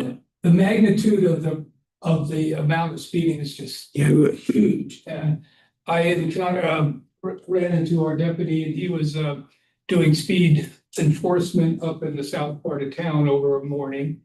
And he told me after he'd gotten back, he told me that he will not ticket anybody unless they're doing over 15 miles an hour over the speed limit. Previous deputy said that too. The previous deputy said that too. And in that 3-hour period, he ticketed 3 people. 2 were going 20 miles an hour over the speed limit, and 1 passed on a double line. And in that same day, an average day in August, based on our speed review, 200 cars went over the the 25-mile, 10-mile an hour over the 25-mile. 200 cars could have been ticketed. Not that that's our goal, but. So, thank you. I think what I would suggest is the question before us was really, should this investigation continue? I have no problems with it going slowly and low level. I think that it needs to be comprehensive. I'm more interested, however, in the other means of controlling traffic. So I get the sense, and forgive me for being blunt, but I get the sense that this is a solution that we're just laser focused on this solution with this particular study. I think that we need to consider these other optional items, especially in terms of cost benefit. So I don't have a problem with pursuing this, but I think I'm more interested in establishing sort of the baseline for when we do get the radar camera. Does it reduce speeds at all? From looking at the data that I've seen, the speed camera initially it cuts traffic speeding at the 10 miles an hour about 7 or 8%. And then the next year it's off the baseline and cuts it by 7 or 8%. It doesn't step down speed over time. It just reduces the speed because people are afraid are getting caught. So I think that we want to look at it very carefully and comprehensively based on the data, for example, that Portland has conducted, and if other cities have filed their official reports. I think we need to look at those. So I don't have a problem with continuing, but I really think you need to, the big thing is what's the administrative cost going to be? And was the county going to be supportive? How are we going to actually implement this? Those are the questions that I would have, but I'm more interested in, putting out more orange flags on every corner or on, the corner at 9th and 101 or at 14th and 101. Would that slow traffic and would that make citizens feel more comfortable crossing? Those are the questions that I think we should look at first before we start immediately moving forward with this. Well, I'm okay with moving forward on a low level, continuing this investigation while we are also more aggressively pursuing other calming measures. Other comments to that? I generally agree. I do want to check in terms of will the work group cause a lot of disruption at your end administratively, or can it pretty much go on its way, check in, go on its way and check in? Yeah, but I really think that it shouldn't be only focused on speed cameras. If it's going to be a speed enforcement work group, that it should be looking at all of the ways that traffic can be calmed and looking at proactive other measures as well. I don't know that we have to go straight to a speed camera, especially when we are implementing a lot of other elements to speed and pedestrian safety at the moment. Seeing how all of those play out, evaluating, can we put, can we put trees in the current sidewalks that we have? Can we paint? What other thing we do that feels welcoming and inviting to our community? The cities that are implementing these, they're giant cities. We are tiny. And not that we don't have a speeding problem, but maybe we have a village feeling way of approaching this speeding problem versus a big city way. We are not a big city. We've never tried to be a big city. And I don't want us to try. I don't think we need to try to be a big city now. We don't have the infrastructure. We don't have all of the things that Tigard has or Beaverton has or Portland has, or Albany or Bend, and we are 100%, our whole city budget is 100% reliant on our transient lodging tax. So those are all things that we really need to be taking into consideration when we do roll out speed control methods. And so I don't want it to be so laser focused on this being the only measure for speed control.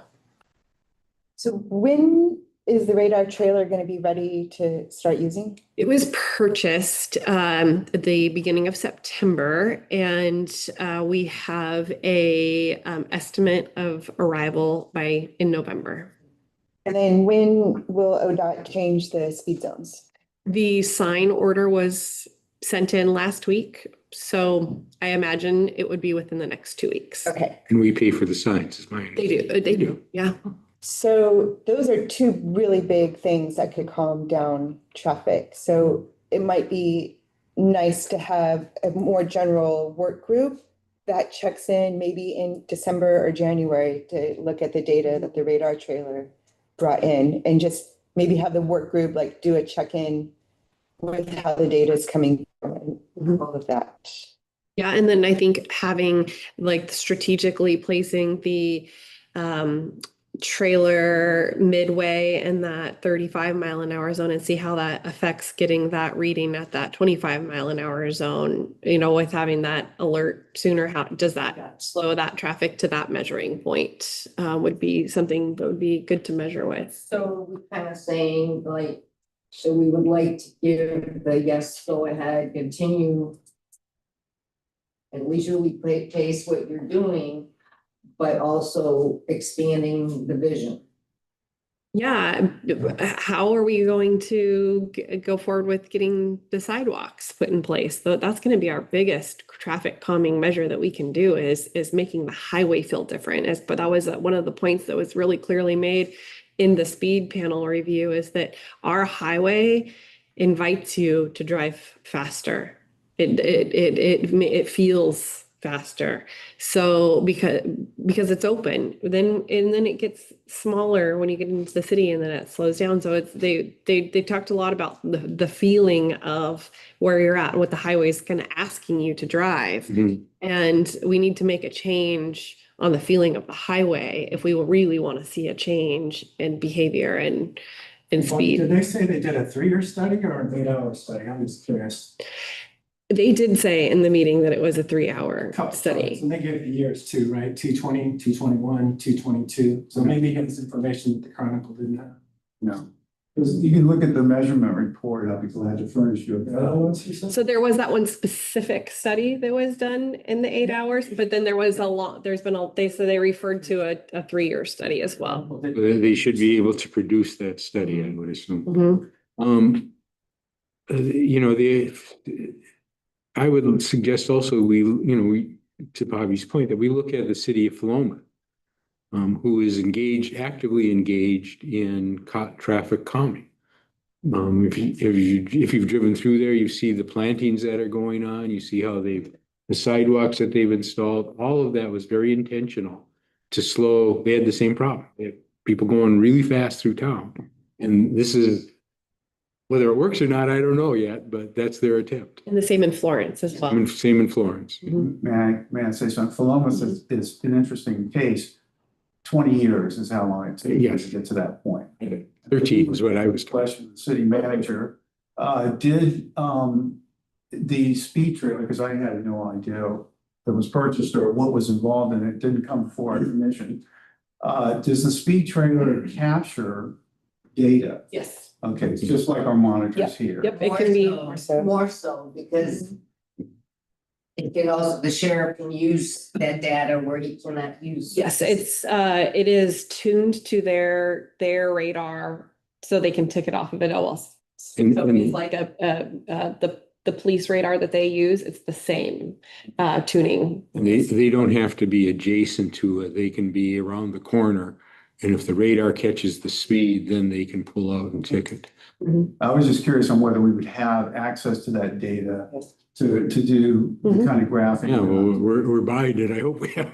And then also the other question is, of course, is how it is used, how it is deployed. Because if it's not put in a fixed spot, okay, if it's moved around every day, it moves around for a few hours here, a few hours there, whatever, then the data becomes very jumbled.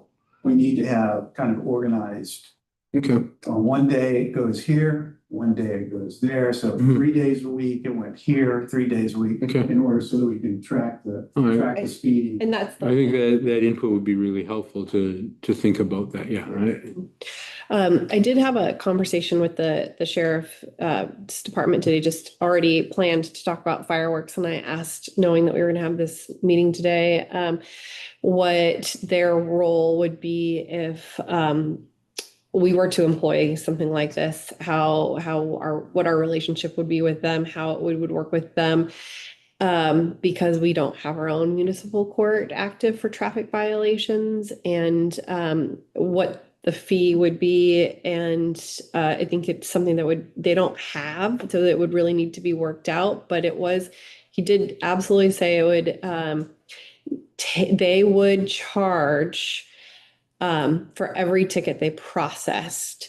And that doesn't mean if they get paid for it or not. It's if they process it. So if they can't track down the payment, we would still be charged for the processing. So that's something to consider. And I did ask, I said, so would that, do you think, like, per ticket equate to about $66? And they didn't have an answer for that specifically, but there would have to pretty much be a dedicated sheriff. So there's a lot to consider in all of the administrative costs and stuff as well to it. Yeah. Okay, so I'm going to suggest that the work group continue, but it broaden its scope significantly to look at all measures of traffic calming, from the inane to the high tech, and that we be very respectful of the city manager's time, who's really concerned. This was not on the traffic calming is on our goals, but not a traffic camera. So to the extent that we can first address everything we can do short of a camera, I think that would be the purpose of a work group. Okay, I won't be a part of that work group. Fine. Okay. Okay, I'm going to suggest a break until the 3:15. Oh, Ron, thank you for your work. This was a very good presentation. It was very comprehensive. Yeah, we can make something. It's okay. I'm gonna pop it. Not saying.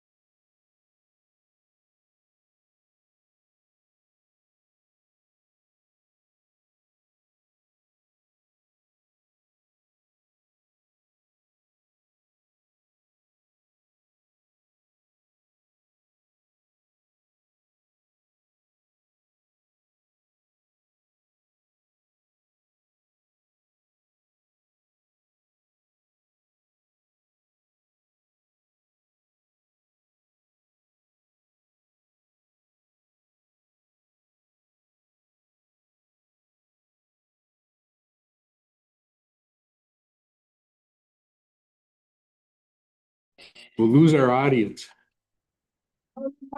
You have 10 people in the audience? Yeah, that's what I mean. Yes, you're all set. Okay, let's come out of adjournment.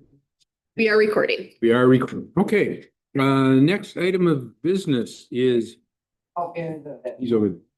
Next order of business is a new agenda system for agendas and minutes. Can the city manager fill us in? Yes, this is very exciting. We, through our Civic Plus system that is our city website, we have a agenda and meeting minutes portal that we can utilize. Currently, Lincoln County does utilize the same portal for their meeting minutes. It is one place for all of the material. Currently, we have the agenda that's got links with material. We have the agenda center that's got links for material, and we get emails out with material, which always there's changes and it always makes for confusion. So this is going to be one place for all of the material to live. You can access the material piece by piece, or you can access the whole entire packet in order as one whole PDF. We will be giving a training from Civic Plus to the counselors on October 22nd at 11 a.m. You'll be sent a Zoom link for this. October 22nd at 11 a.m. There's going to be a Zoom webinar training given by Civic Plus. You as counselors will have your own login, as there will be information for you to access that. For if there's like an executive session, you'd have access to information that wouldn't be on the public portal for those type of sensitive materials and opportunity, meeting documents that would be provided for that kind of meeting. Yes. Is the webinar recorded in case? It will be, yes. I've got a conflict already. Great. We'll get a recording of that sent to you. And Kimmy might be able to set up an additional time for you so you can ask questions and have a live. So maybe she can coordinate a time that works for both of you guys to do that. Yeah. I think it's going to be a great way to really simplify and streamline our system. So that's coming up, and we will look to have this in place in November. Well, thank you, city manager. I think that those kinds of efficiencies are really wonderful. A question though, as if items change in the agenda, do we, I know legally we only need 24-hour notice, but we come up with our agenda the week before, and then we continually seem to have a lot of changes. Are we going to get into any trouble with in terms of keeping the public notified of changes and the press notified of changes? It would do the same thing, right? Yeah, so basically, as long as we are posting we're having a meeting, items can change. The documents, they stay live from the moment Bobby approves it, sends it to me. Or actually she didn't send anything. It'll notify me that she's looked at it and she's good to go. So up to the minute, and as the meeting's going on, if she made a change on a computer, it would show live. Does that make sense? But the only legal requirement is to show that we have posted our meeting notice. Oh, okay. It's not the documents that are attached otherwise we would probably have been in trouble a long time ago. We're doing a much better job. I mean, 2 years ago, we were, they were getting posted the day of the meeting and nobody had a chance to read it. And thankfully, as I said earlier, this council reads the content, and I have every confidence that they come in fully prepared.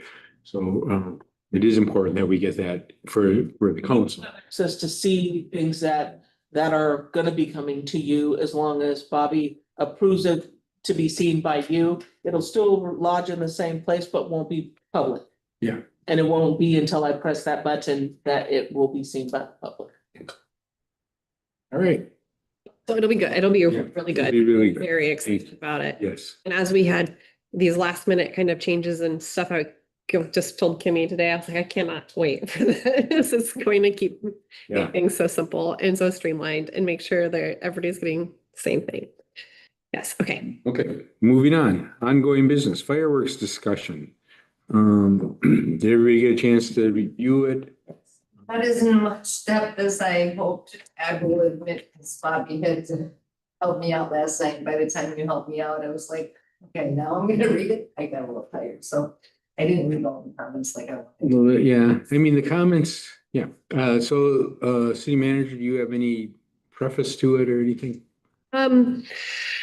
Yeah, I think, this is a conversation that was spurred on after our 4th of July display this last year, in response to some comments that were made, some correspondences that were sent to city council, and just really trying to understand, is this a concern amongst a few people, or is it a concern amongst a lot of people?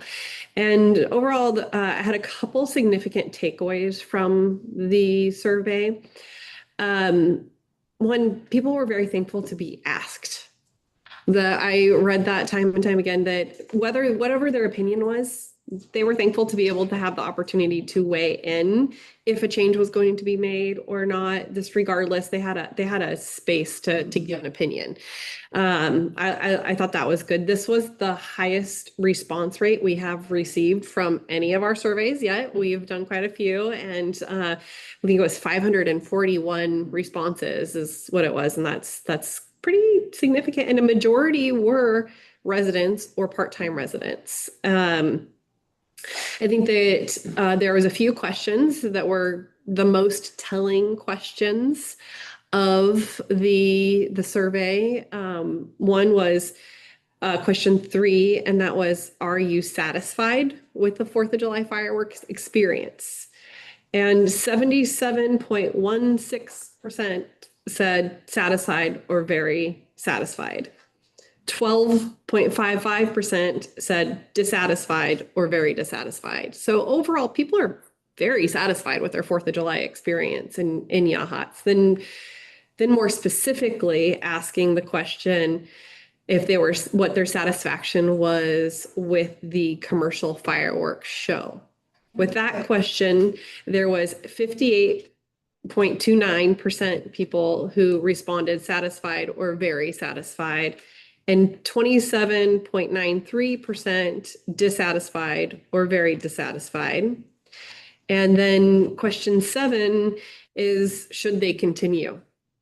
That is, it's just like, it's half and half. It's 50.19% to yes, keep it the same, or a shorter version and add some fun things to the community during the day. And 49.81% said do something different or none at all. So it is like just right down the middle, half and half. So either way we go, it's not going to make everybody happy. It's a little hard to understand because when you have, and then just in the commercial, you get 58% saying, don't change it, and 28% saying change it. Then you think, okay, there's a majority, not a huge majority, but there's a majority in favor of, what we've been doing all along. But, and the next question is 50-50. So I can't. Yeah. I can't understand or explain that. And then I think my other second large takeaway from the comments largely was it's personal fireworks, the personal illegal fireworks that are really have people stressed out. So I felt like there was a lot of comments on personal illegal fireworks. Going back to question 3. It says, how would you describe your overall 4th of July celebration? That does not include the word fireworks. Right. So, it just says 4th of July has nothing to celebration. do necessarily with fireworks. or does. We It don't- could, yeah, either way. And then I guess like we discussed yesterday, I kind of see question 7 a little bit. Question 7? Yeah, question 7 a little bit differently, that I only see 38.4% saying yes, leave everything exactly the same. And I see all the rest saying, let's change it somehow. And to me, they should be replaced by an alternative and or no, they should be eliminated. That came to 49.81% compared to the 38% who said yes. So to me, I'm seeing that not as a 50-50 split. I'm seeing that as the most definite wanting a change. Yeah, but I think if you add. You know, in my experience with years of public service and surveys, of course they're gonna be 50-50 because they don't know, well, what else are you gonna give us? You know, if you do something different or we don't like it, you know, maybe we will, maybe we won't. And I, like in our meeting that we had when we were designing this survey thing and talking about it, it is really important to talk to people because community engagement, it's like, we don't wanna have the impression that any of us are, you know, running roughshod over what people in the community want, you know, it's like we're a town and we all are part of it, and so I just really, I really think that we need a change. And I just know that from my business perspective and I can feel it, you know, it's like the numbers are down for one financially for all of us. And having a 45-minute fireworks show, it's not really that necessary, you know, and whether it's the dogs or just people that don't like boom booms, you know, I think having a fireworks show that is 20 minutes and then using the money for doing other things in the day that, you know, if we wanna, you know, and make it more of a festive, the all day kind of festive atmosphere and, you know, just try something different, whatever, right? I just really think it is the time for a change. And that was huge in question 8. Would you be open to exploring alternative ways to celebrate? I think, and Linda's point, it seems to me that we could do something gradually. In other words, I think if we were to say, okay, no more fireworks, it's, we're gonna play Star Spangled Banner over and over again. You know, I don't think we want to do anything dramatic. And I agree with Linda that 20 minutes to be fine on the commercial. And I think that, you know, if we're going to do something dramatic, which is difficult, but the private fireworks, which I would call the low banging fruit. That's the thing that needs the most attention, and we've got the fewest options about it. Yes. We, you know, to the extent that we can spend some extra money on the deputies to, you know, enforce the rules that we already have. Yeah, I'm all in favor of that. And, you know, maybe shorten, if you shorten the commercial thing, I bet half the people wouldn't notice. The official thing. And so my basic feeling is we need to move. We got to do it gradually, or, you know, in small steps, and just see how it's received. Do another Survey Monkey next year. Yeah, to that note, you know, if we were to decrease the time, that would hopefully leave some additional revenue for a concert in the afternoon or some more festival type things to happen in the afternoon. Also, to your note with the low banging fruit, I did have a meeting this morning with the sheriff's department to talk to them about their 4th of July.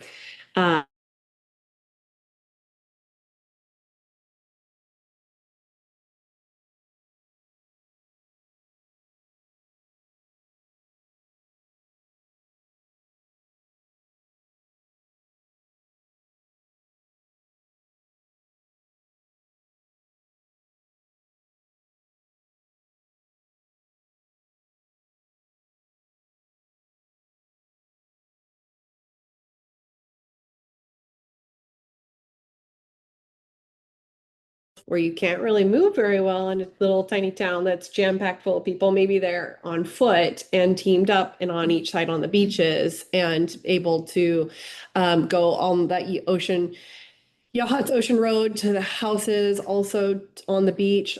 Yahat's the Ocean View Drive, those houses right on and Marine Drive, and those houses right in there, they could be on foot, 2 on each side and then 1 deputy. So we're looking at some different configurations of how they could be a little bit more responsive because they won't be stuck in vehicle traffic and be limited for in the vehicles, and that they could be giving citations to people that they're able to spot, actively giving them. They did also say that they would be willing to go to these different neighborhoods, and in combination with sheriff's department and city staff, we could do door hangers on all of the doors that say, we could go to all of the different vacation rental licenses that have addresses. We could put a door hanger on the door that day or the day before that says, this is the 0 tolerance. This is the citation. You will be given a citation if there is a recorded incident at this address and it's reported, there will be a violation, or you're in risk of violating the vacation rental policy. So they said that there's some things we could be doing to work towards the violation of personal fireworks. Along with the personal fireworks on the 4th of July, then it kind of dawned on me, New Year's isn't much better. It's a lot wetter. No, but Yeah, but I mean, like if there are things that can be done, like you were just saying, maybe we could also do that. I don't know. I haven't noticed a problem. maybe we'll pay attention this year and see how it goes. Yeah. But at least it's So- better and there's not as. Nicole, did you want to say something? Yes, so I should know the answer to this, but what does our fireworks ordinance say right now? And does that need to be modified in order No, I think to It's, get Recent. yeah, it's pretty recent and it aligns with the county, and it's like, there's no fireworks are allowed. Okay, No, it's specific to a type of fireworks yes, that is defined by the state. Right. It's essentially And then- anything that goes up in the air. yes, It models what was put in Lincoln County. okay, Mhm. so that's in place, we don't have. to Mhm. We did fix that intentionally so that the sheriff could be consistent. Okay, good. So I'm hearing, and I know that there are some people, and I understand that some people, that any level of fireworks is too much. I understand that, but I think I'm reading the survey as saying we should change and we should make them quieter and shorter. And so to the extent that we can start the transition is very suggesting quieter and shorter, none of the big bangy ones. That came up a couple times in the survey. None of the big cannon sounds. That would be a good step. I don't know I'm sure they're still too loud for dogs. I mean, because it's ultrasonic kinds of sounds and the subsonic sounds that the dogs object to as much as the audible ones. Also the laser in that question Yeah, the 9. lasers are not gonna work here. No, it was the drones. The drones are still in, Lasers we said could. You still have to set off fireworks in order to use lasers, because you need to. Oh, set that's the right. fireworks. Yes, okay. in the, We did score the highest in terms of people wanting some alternative. So maybe those not soundless ones. I think that we move towards that as that technology gets better. Say with drones, it's very challenging for the drones. Okay, but that's not, I mean, the soundless, which are not soundless. Yeah, aren't drones. I think that, I understand that you have really personal concerns about them, but I think the vast majority of people are okay with some level of fireworks. I thought. Well, people I talk to say, don't ever change it. Don't make it any less, it should be bigger and brighter. So what do you got? Well, I think that. I think the survey was clear that we make them, that we don't need to keep doing it what we've been doing. And that we should, but a lot of people really like them and they come here only because of them. So I would suggest we start a transition, moving to quieter and shorter. And then maybe in 2 or 3 years, we're able to go to, as drones become more ubiquitous and the shows get better, that we start looking at those. But I can tell you that the mayor of the city of Lincoln City is in trouble because of the drone show. There's so many people were disappointed that they're forming, committees to go after her because the drone show was inadequate. I don't think I don't think that we're ready for drone show. I think. Okay, but the silent ones also. There's the lowest, we can look at, I know that the chamber has been in quite a bit of conversation with the company Western Display that fires them off. And we can go, they have a range of decibel that they shoot off. So we can really go for like the lower level ones, and that could be phase one. Like you both have mentioned, there's, because this could be in a phased approach. Maybe next year we have the low and a little bit less, and we add in some lasers. And then maybe the next year we do some fireworks, some lasers, and some drones. And then maybe, like.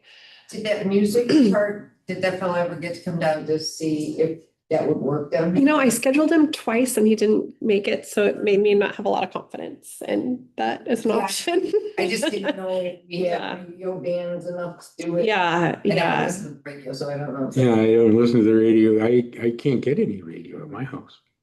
My car does, but my house doesn't. And you're, just as a comment on what you just said though, well, obviously everything we do is public and all of that. But I think whatever changes we make, I wouldn't advertise. I wouldn't say, come see our new half as loud show, or come see this or that. No, just we do it. And we see how it plays. See if anybody notices. I think that would be wise. And then there's gonna be a work group started to start planning for the 4th of July activities. Is that? Yeah, so we had a work group that did some preliminary discussions on like putting the survey together and what kind of other options were available and out there. And on the survey, we did ask if people would be interested in helping execute things if there is other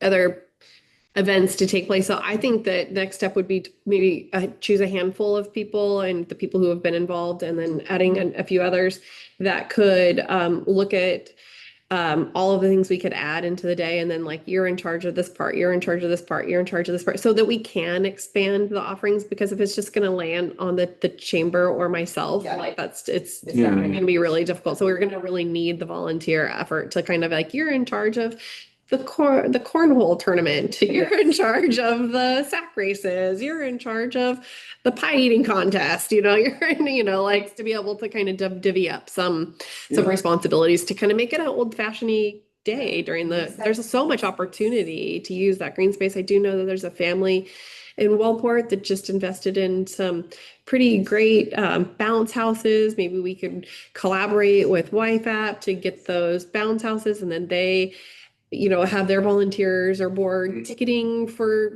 access, and that could be a fundraiser for them. Maybe we could get a couple of our other groups, running a beer garden. We could get another group, or, one of my fond memories is going to the fire department after the parade and getting hot dogs and hamburgers all together. And it's like maybe the fire department could come and participate in the space and have a barbecue for an option for food during the day. So I think there's so much we could do to just to grow on that space that that time in between the firework, the La-di-da parade and the fireworks that kind of continues that La-di-da spirit of the day that, even if we did start waning on this end, it might not be noticed because people are having so much fun earlier on. Well, if we had the stage set up for music, then the band could play there. There could be a combination of, some like locals and maybe we pull in a bigger act. I don't know, there's a lot. A lot of people might leave and won't be as busy at people leaving after 4th of July.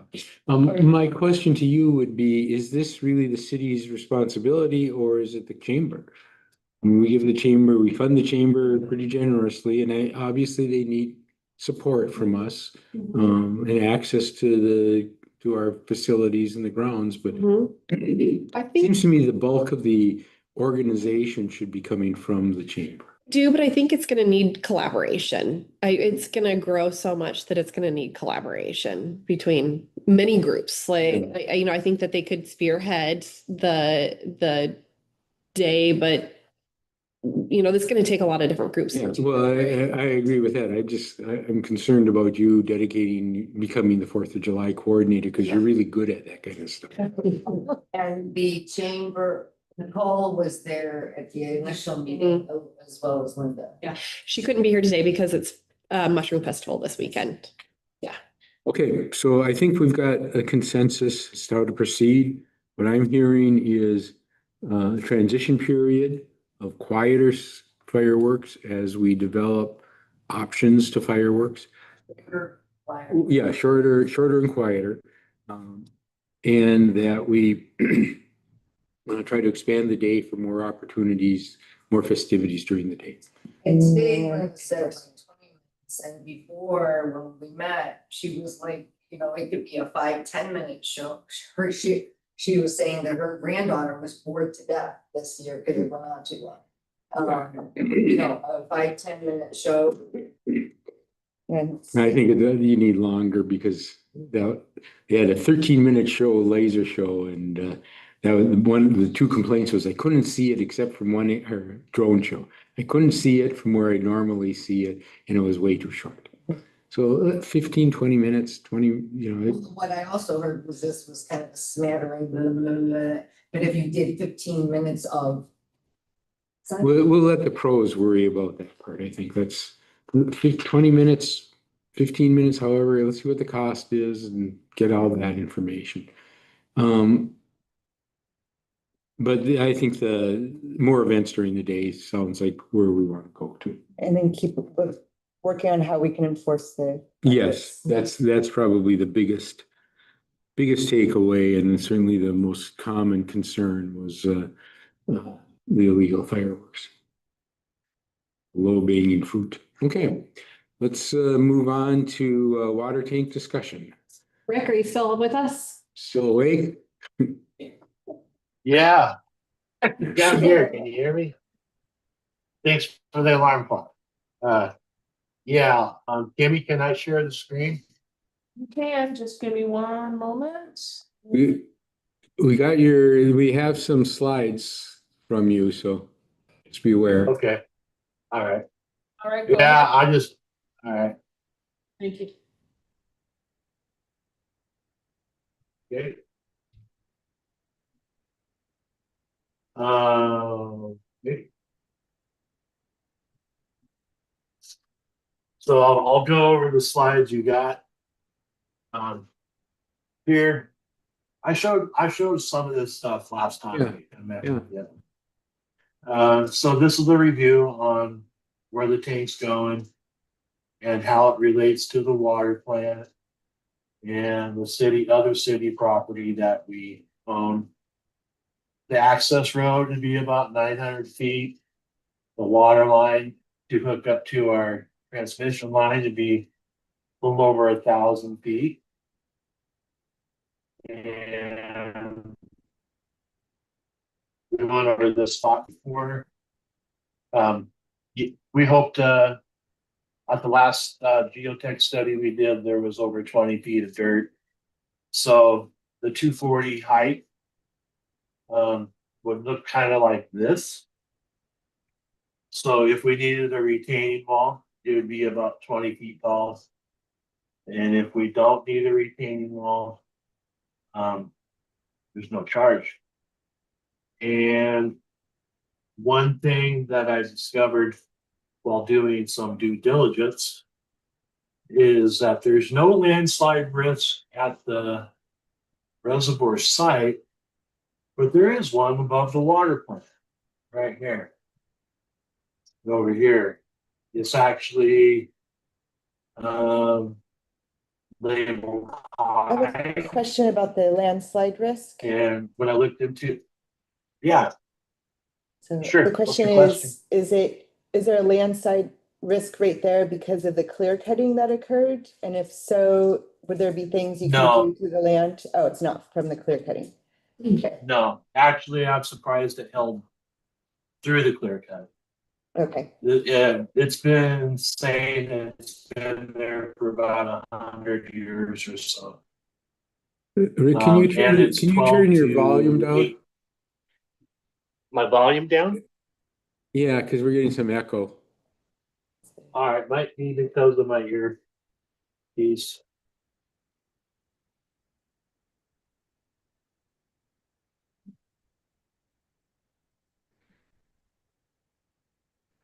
Frankly, I was kind of surprised that that's the only landslide threat. Did it take away the echo?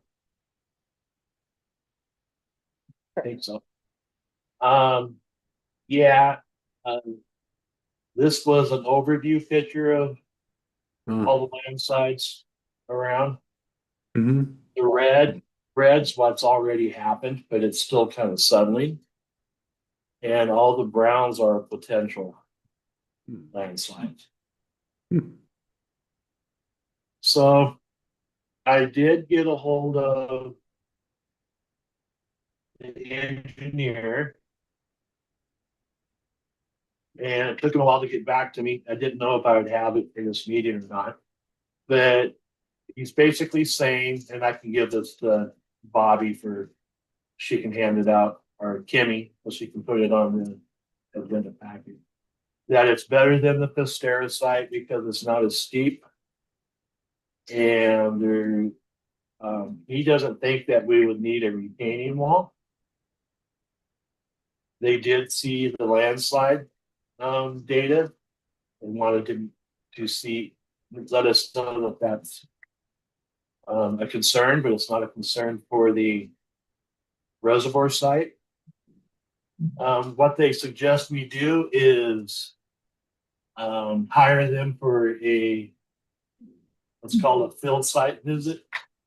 And they would go up there on a 2-day trip, walking around the tank site, looking for drainage issues, just soak in the area to see if they think that just because it's not recorded doesn't have a possibility of landslide. And they say to put aside 15 to 20,000 for that. And then the geotech study would be in the range of 55,000. So how do we get up with an access road, paying the excavator guy would be right at another $100,000. And the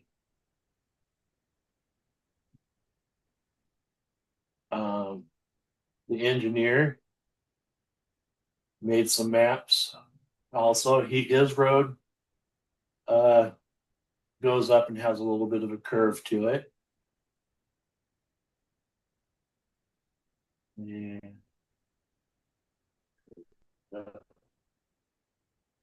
no, that's not the one I was wanting. Here it is. This shows that we don't need a retaining wall. Have a nice slope cut It comes down to the 220-foot section here. And one of the other slides I want you guys to see is the access road profile. At the other site, the steepest parts of the access road were above 20%, some places like 23%. And on this map that he's showing, our highest elevation slope is 18% for the access road. So overall, they're saying it's our best choice of everything that the engineer has looked at. And I'm looking to move forward to hiring the geotech to do the initial investigation. And then if that passes the mustard, I want to hire a surveyor to survey the road, and then hire the excavator guy, and then hire the geotech. So I'm looking for any questions or concerns.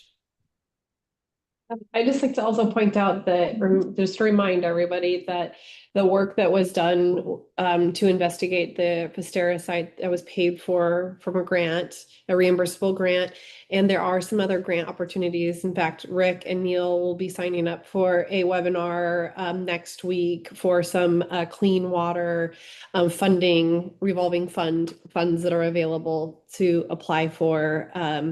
So potentially there's even some funding to be used for this. We did set aside a significant revenue or funds to purchase the site we were looking at. So there would also be that fund that could be used if we don't have grant funding that came through that we could get started going with the investigation of this property. When we left the last meeting, it was my instruction to see if we could have the agreement with the Festera property extended while we investigate that. And I did make that inquiry, and I have not got a final answer yet, but we have had some dialogue back and forth. So I imagine that I'll get a final answer soon. So the question, has anybody, from the map, it looks like we could get at that from the Riggs property more easily. Yeah, that's what I plan to do. Okay. Yeah, that's the plan. Okay, we won't talk about that too much then. Okay, well, I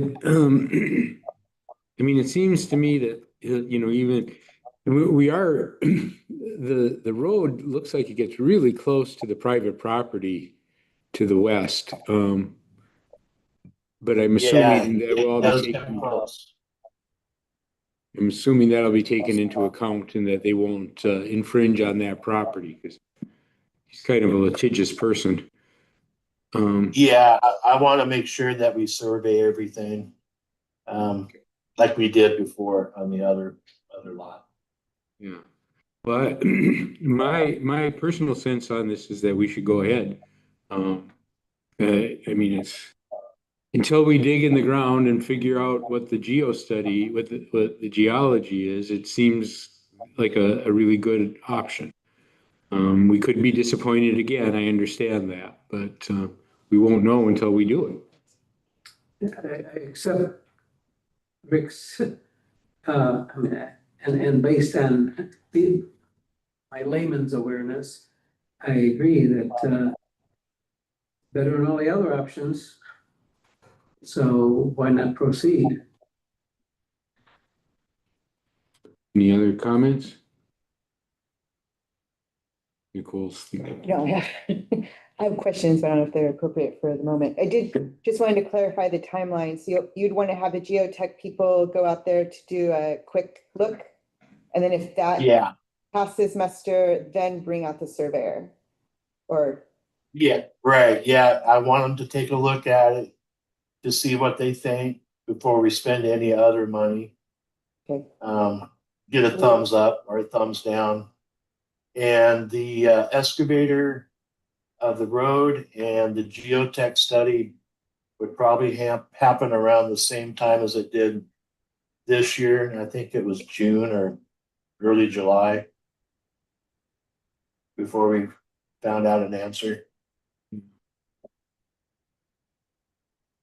So there, he has some multi-phases where he starts with just that kind of initial field work to see if it even passes that. Yes. Which is a lot less expensive than the whole thing. Yeah, I just wasn't sure if the surveyor would be coming out at the same time. Yeah. You know, one thing you have to observe is that since we've lost a year. Mm-hmm. It was about a year ago that we were looking at the Festera property and in the end, you know, too many problems. It just tells me that we can't lose too many years. Sooner is better, and I understand sooner means next spring, but the authorization to proceed is something that we probably should do soon. Agree. Catherine, did you have any thoughts? No, I was fine. Rick answered my question. I was wondering what he meant, you know, if they would do core things at the beginning or not. Yeah. It's later. Okay, do we need a motion to proceed with this plan? I think it's a good idea. Yeah, I do too. Mhm. Let's spend some serious money. Mhm. Yeah. It is above my, Yeah, okay. Yeah. No, that's a good point. It is. Okay, can I get a motion, something around this?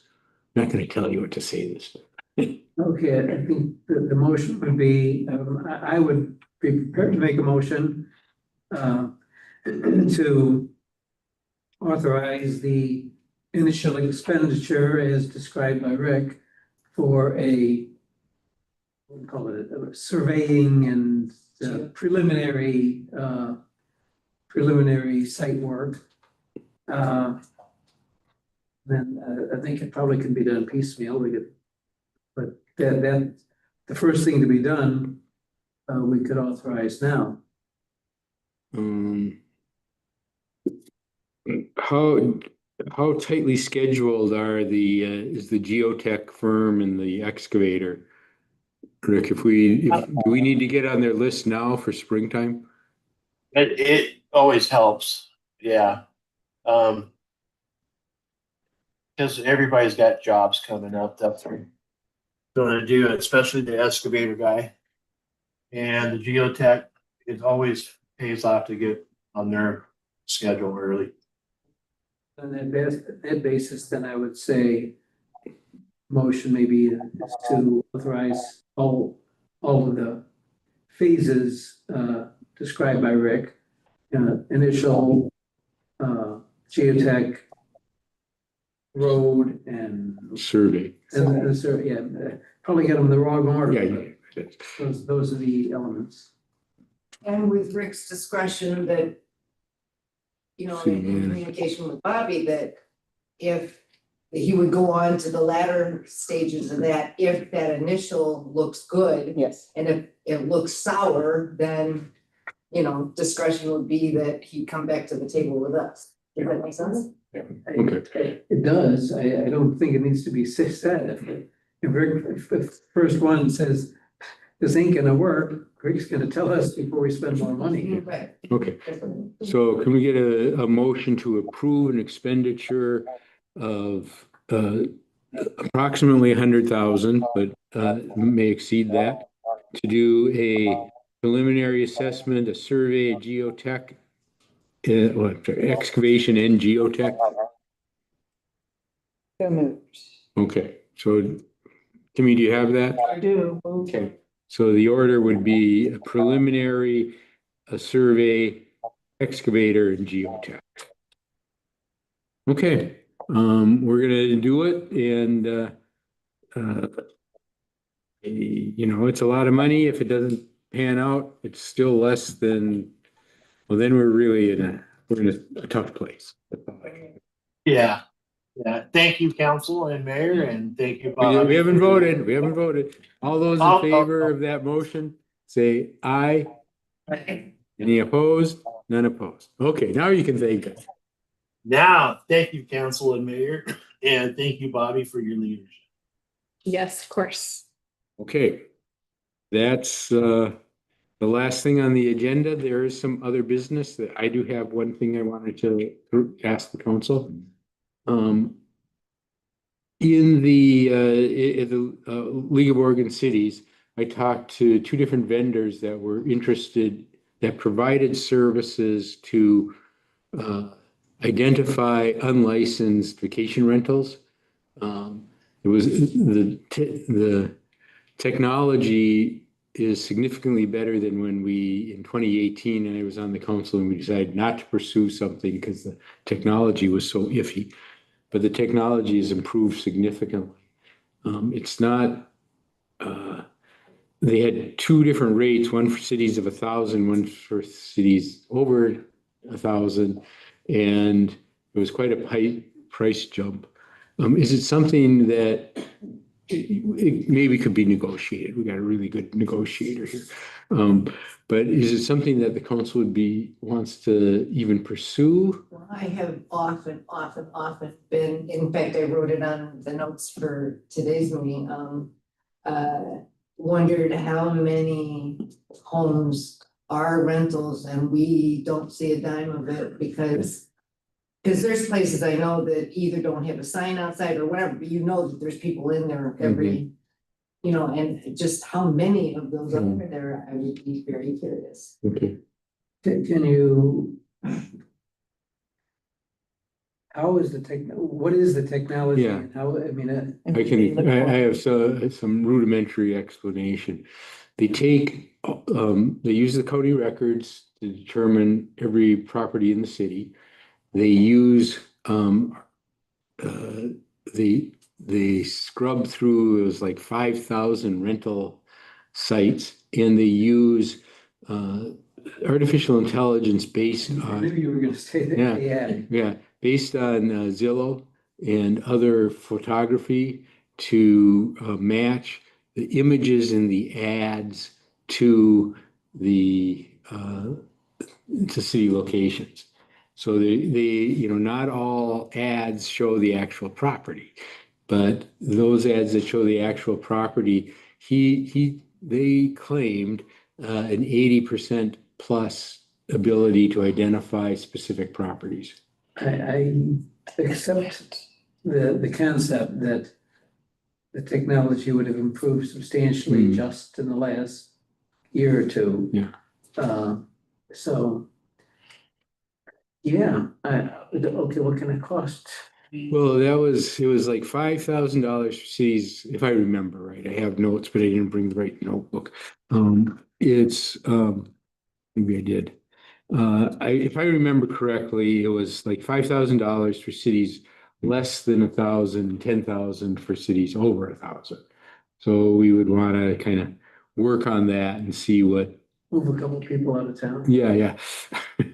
Well, what would we do with the information? The code is that if you rent that it's not without a license, $1,000 a day fine. So they take, and this is something we'd have to pursue with the city manager. It's all coming back to me. They write the letters and say pursuant to YAHA's code XYZ, your property's been identified as advertising as a short-term vacation rental, or YAHA's code such and such says that you can't do that. And the fines for rental is $1,000 a day. And they said that usually eliminates most people once they get caught. They have all kinds of services where they can take care of the billing.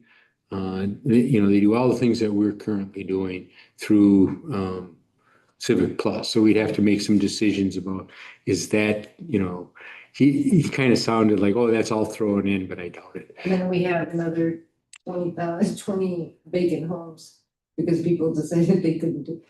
I don't know, but there's a lot of houses that. Yes. I don't see a downside here because if, number one, these are scofflaws. And if they stop renting it out, well, those people they'll find someplace else in town. And where we will get some, the Yeah. tax. But I think it's worth it. Yeah, especially if you've got the 125 that are abiding by the rules. Yeah. Yes. Yeah, it's fair.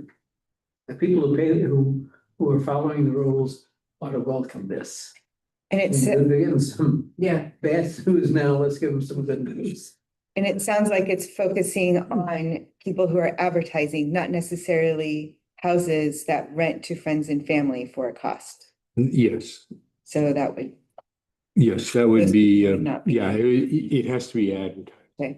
And that's probably how they find out. Yeah. They're scoping, Yeah. they're scouring Yes. the net for. Yeah. I can imagine, Identification of the. They even had, if I remember, they had capability to look at, can I book it on these days? So, yeah, because I can imagine people coming in saying, I rent to my friends and family in charge. I want to be able to continue to do that. But it sounds like they will not be, It wouldn't be seen, they'd have to have it advertised on. good to know. From my understanding of these services, you'd have to have something listed on one of the many platforms that you could, any Joe can go and find a vacation rental in the Yachats area and book it through that platform. And they would search all of those. And I do know a situation where that did happen through Lincoln County. It was in Lincoln County. They have a similar service. So maybe there's an opportunity to collaborate with them and their service. And, maybe it could be we could negotiate a lower rate or something by piggybacking on the service that they offer. But I do know a person that had a vacation rental that was not licensed, and it was discovered through a system like this, and they did get a letter sent to them and to cease, and they did because they didn't want to get fined. So The other thing that would be interesting, I don't know if they can tweak it to this point, is places that we've certified as bed and breakfast that say that the people are there at all times when they have customers. yeah. To find out if they're really there when they have customers. I wondered that, but I'm not sure that, unless they were advertising it as, without calling it a bed and breakfast. I mean, that might be something that. Well, I'm wondering if, where I'm thinking of is just advertising as an Airbnb, come spend the night, Yeah. even though they're certified through the city. Right, Bed and breakfast. that's what I would say. Yeah. Yeah, I think we're saying the same thing. Yeah. Okay, we will, I will take some steps and, I'll work with Bobby and we'll see if we can figure out what the county's doing, because that really does sound like a better option. Okay, we'll move forward, with pursuing that a little bit. And maybe have our license ordinance all buttoned up before we start going after. Just. Yeah, it'll be a while. Yeah. Yeah, well, yeah, however we do or do not change the proposal is already illegal to go without license. So Yeah. I don't think we need to wait for that. Okay, anything else from council? Anything from staff? I have two things. Okay. One, a clarifying question from earlier in the work that I'm going to be doing on the amendment. The amendments that I'll be working on for the vacation rental license code. I feel like there was some things some different messages, and I just want to be clear that when I bring forth an amendment based off of what we heard, that I'm bringing forth the correct message, and also making sure that message is correct and legal with the attorney. So, how we have it is that, yes, you can be, your property can be owned by a trust or a business, but the license has to be a person that is listed on the trust or business or deed. So do we just want to make that more clear, or are we trying to go away from that with this amendment? I just want to. I think there ought to be a discussion. The mayor decides what we discuss, but I think I would be open to the possibility of a slight tweaking. It would say, somewhat similar to what I said earlier, that, it doesn't matter. We're not limiting the nature of the entity that is title to the property. So human, joint, trust, corporation, when that's not our concern. Our concern is we want the dwelling unit representative, and the tweak would be we already say that dwelling unit representative must be an owner or a person with some interest, like a beneficiary of the trust or whatever. But the tweak that I would be open to would be to say the license cannot be transferred except it can be transferred from one person who has an interest in the property to a related person who also has an interest of something like that. I think there's room. I'd be in favor of considering that, opening the door just a bit for those family situations that were brought up by a couple people. So that would take new language. So that's just really in L, that line L of section 4.08030, that has that line: vacation rental licenses are non-transferable. The license is personal to the dwelling unit the dwelling unit owner representative. So maybe just working on that line, not the definition of dwelling unit owner representative. The concept I have in mind, or the concept I would like to talk about, is saying it's not transferable and is personal to the dwelling, etc. But in X case, a successor dwelling unit can take possession of the license. And we define what those situations are where a successor dwelling unit rep would come in, would be able to do that and keep the license intact. So then you're making distinguishes between business-owned homes and then trust-owned homes. So maybe it's just more like trust. I think it might end up there. That if it's a trust and there's multiple beneficiaries, and that's typical. And so, grandpa is a beneficiary, he's the dwelling unit representative. He passes away. Now one of the other family members would be allowed to become the dwelling representative, and in that case, and only that case, would the license be transferable. It's complicated, and I'm not saying that I'm ready to vote for it.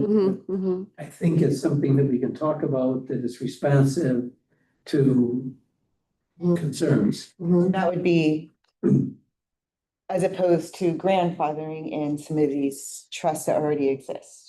Maybe just start out like every trust could have the possibility of transferring. Yeah, there wouldn't be a need to grant. Yeah. Well, that's. It could go either way and still adjust. That's an option. A different way of getting the same thing is to say, for those,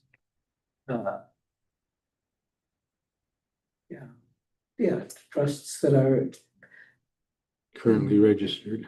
right, so in that way, what I'm calling the exception or whatever would, would disappear over time. Yeah, I mean, the time thing is what my concern is, Yes. and I raised that as So what, the time, the legacy properties that, it's the fifth generation of owners, and what you've done is you've precluded somebody else whenever you're doing that, and Yeah, no, I'm, that's why I would, if I would be in favor of anything, it would be a situation where there's multiple beneficiaries of a trust, and one of them gets picked. He's out of thing.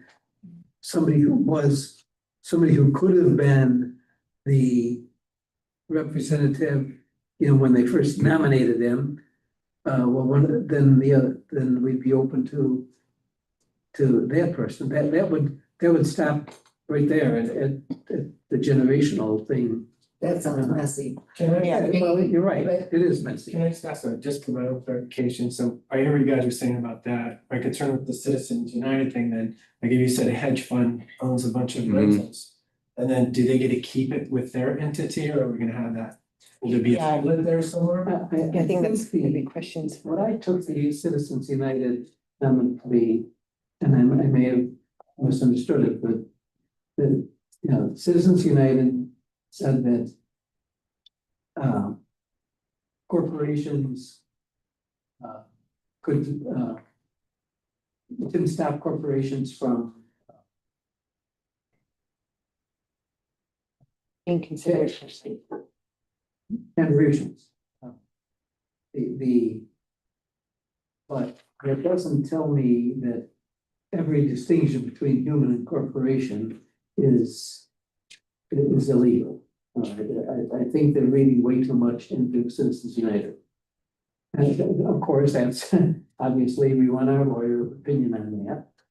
But I frankly don't expect that to be a serious concern. I don't see how. Where there would be a problem with it being fifth generation, sixth generation, If it's the seventh same generation. family, yeah. They're not taken away from anybody because there is this other rotating except that, thing of licenses that everybody's still available to. because after a while, everybody forms a trust and puts their kids in it. Or the majority, many of them. So pretty soon we have 80% of them are all legacy, and there's no opportunity for anybody new to come in. I don't know how you put that. I feel like it would like that, it creates an asset out of the license. Like that license becomes a true asset to that family and that generational pool. Like that should be more expensive than we're charging or something, like. Yeah, and I it's want to add something in addition. When this first was decided, and I can't remember the year, but I'm guessing 2019, 2020, the same question came up. And the decision was based on input from a broad swath of the public, not just the people that own the licenses, was that they did not want business licenses to be passed on. There's I raised that issue, and the response was, well, real estate is different, but I'm not sure it is different. I mean, if I have a hair salon in my building, in my home, I can't pass that hair salon business on.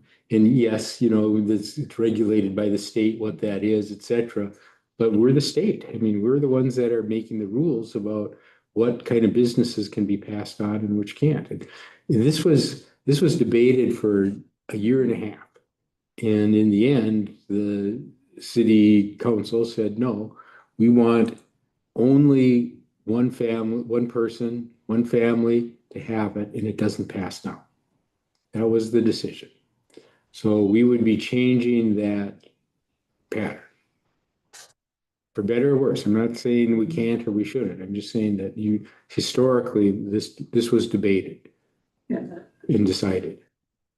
Well, maybe we can think of this. Yeah, I think that's not a bad idea. And it might be interesting to see what the lawyer has to say about doing grandfathering or some of the ideas, just how legally that would work. Yeah, and can you Any do it for one repercussions? generation versus? Yeah, five? Cause it seems like, and then seems like we need more information to decide. Would it be We should also look a at, work session? yeah, well, maybe, I don't know. I mean, I feel like we're not trying to rewrite the code, we're Right. trying to just provide more clarification. Every argument you heard here, was heard Yes. 5 years ago. I mean, exact same arguments. So, in our current code, it says vacation rental licenses are non-transferable, period. We've just added in the clarification of the license is personal to the dwelling unit owner representative, which is the explanation that's given, that is the person, that not a entity or trust. Yeah, so we're not changing the fact that some people can't pass their license down, because that's how it is now. But is there instances where it has been? It's like, has anyone lost their license because of someone passing and I then? hope not. I can only think of right now one case that may have been told that they were able to do it. Mhm. But I have been running the vacation rental since 2011. And there's not. And I have never let anyone pass it down. So whoever's on title, Yeah. I always made sure that I did the records, made sure that the water records reflected that. And so there were a couple cases where I had two couples that owned halves on a house. Yeah. So 4 people are on that. As each one of them passes, it only ends. You can't replace one person. You can't replace people that pass on just because there are still someone left. Yeah, When you get to that last person, that license is gone. okay. So I had never changed the records.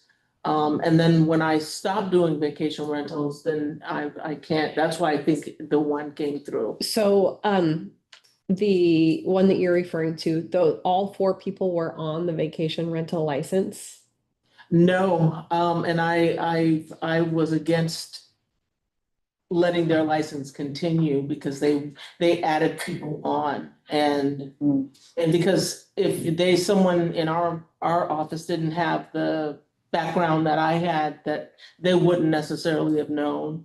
But to give them the information is, I think, why that one may have gone through, which is why someone said something about grandfathering, and I'm thinking, the only thing we grandfathered in was if someone had a 5-bedroom already, when we passed the rules that you can only have 4.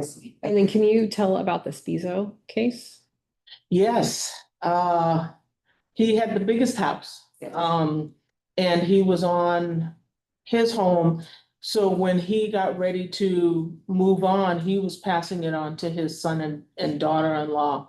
And he was not his license was not transferable. He was the owner, he's the person for that trust, but his kids were not. I mean, they were his kids, and yes, things pass on, but they were not on when he had his license at the time. So you can't, so he ended up having to sell his home. And move because he could not just rent it out and pass it down to his kids because it was already a vacation rental. Okay. And that was huge. That was huge because he was losing the biggest house literally here in town. That was a vacation rental for a long time. Based on what you've said, I'm kind of rethinking what changes I would be open to, because, well, let me make one distinction that just crossed my mind as you were describing the 4-owner family. Mhm. Okay, we don't even need to, because there's 2 types of tenancy. There's joint and survivor, and there's tenancy in common. Okay, joint and survivor means it's just 2 people. When one dies, the other one becomes the owner. Okay, they own it together. If one dies, it automatically passes to the other. and typically it's husband-in-law. In that circumstance, I would say I'd be willing to say we didn't need that maybe that tweak, maybe we could fit into the vacation rental change.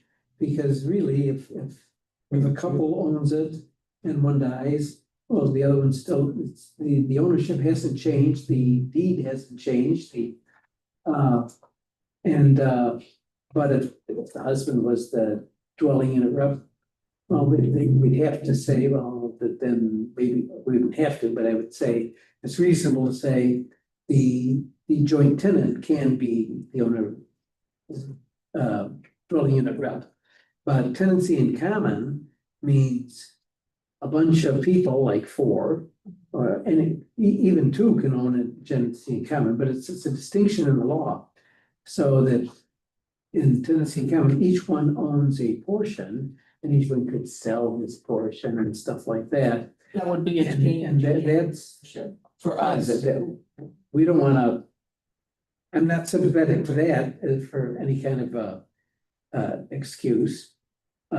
And really, that's not all that different from having a land trust with multiple beneficiaries. So really, I mean, having heard this much discussion, I'm kind of backing off on what I was suggesting earlier and saying, if we're gonna make a change at all, just make it for joint tenancy. In joint tenancy, when there are joint tenants, they can designate which one is the dwelling unit rep, and upon that person's, upon the termination of the joint tenancy, which only happens at death, the other one could take it. That to me is a reasonable accommodation, which isn't gonna satisfy very many people. But Yeah, I think our point was just to make sure that, as they moved on or passed on, that any change in the license in terms of owners, because you can't add on, is that would be that. Yeah, they could, they could enlist another family to take over the other half or sell it, or they would just own it. If they took on more owners, those owners would not go on that license. It's the last two people who originated that license. You see what, so we didn't take into consideration how they held their property because we never took in that information. Well, and that raises the question of, let's say we adopt this thing as is, and we say, okay, from this day forward, or at least from the next time you renew your license, you gotta designate which person's gonna be the dwelling rep. And that's. Yeah, we didn't do it that way because we wanted to know everybody involved in that, on that title, wanted to rent the place, which is why we required their signature on and to agree to it. You couldn't have a group and say, okay, this one person is gonna be in charge. You are all on the hook for this license. For us, it was simple. If we're looking at it from a property side and the way it's held is something else, but it's just like holding your license. It's a license. It's like a driver's license. It's like my esthetician license. If I'm gone, I can't pass it on. If they're gone, they can't pass it on because what they're doing may not be the same. And we would make you start over in the process because we don't know what's in the house now. We don't know from the inspection. So it just made it simpler that as people passed on or sold, it just went away. Now, an example of what kind of brought this back to needing further clarification was after we did some staff rearranging and Kimmy was no longer in charge of the vacation rental licenses and another staff, and I'm newer into the role. We had a situation where it was a trust and they wanted to put a different person onto their license that was listed on their trust. And that's not our practice.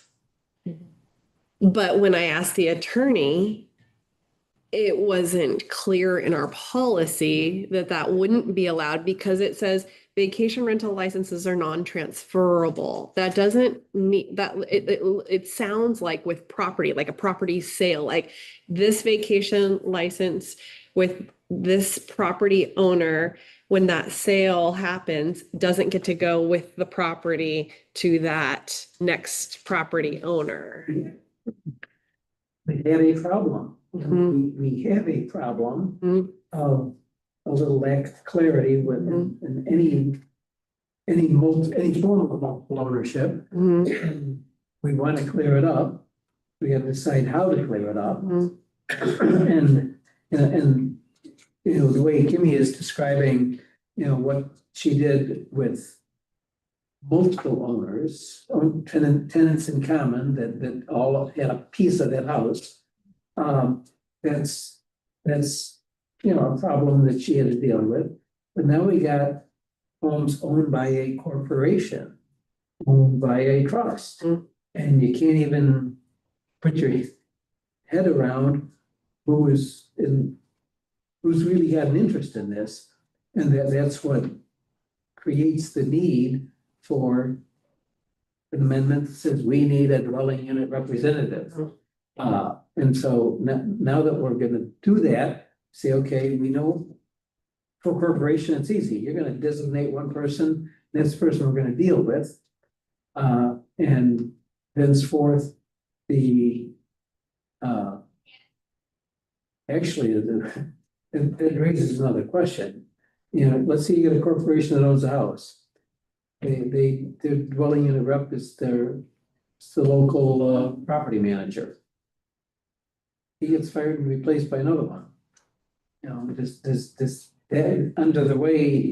under this proposal. Local contact. That would Yeah. It would yank the That would be the No, local that would be the local contact. contact. The- That's separate. Yeah, so a property representative or a vacation rental representative, that would be your local contact, and that could change. So that's like your person who isn't necessarily your dwelling unit representative, doesn't hold the license, but maybe runs the property and is your contact for issues or anything.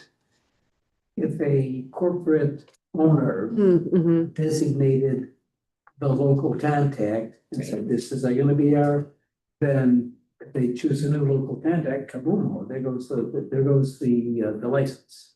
The local contact can change. But the owner of okay. They can be the same person. Yes. Okay. Yep. Or can they? Because I thought they have to be on the title or associated with the deed. If it's a corporation, now you're talking about people you can't really, that you're just designating. Then that corporation can have, let's say, 5 people. Each one of those can be designated with a whole new address. Now you got one place that's got 5 different people that are claiming they're separate, but this is our corporation, but we own our own homes. Now you've got one place owning 5 homes. So I'm wondering what other towns have done specifically concerning family homes. Yeah, I've seen like our sticking point is family homes, and so it'd be interesting to know. Is why the restrictions are what they are, so that, you know, some of these folks have been here for 4 generations, they have. They do go back on the lists, but to let them go, it's $150 to do a trust online or whatever the case is, there's not a lot involved.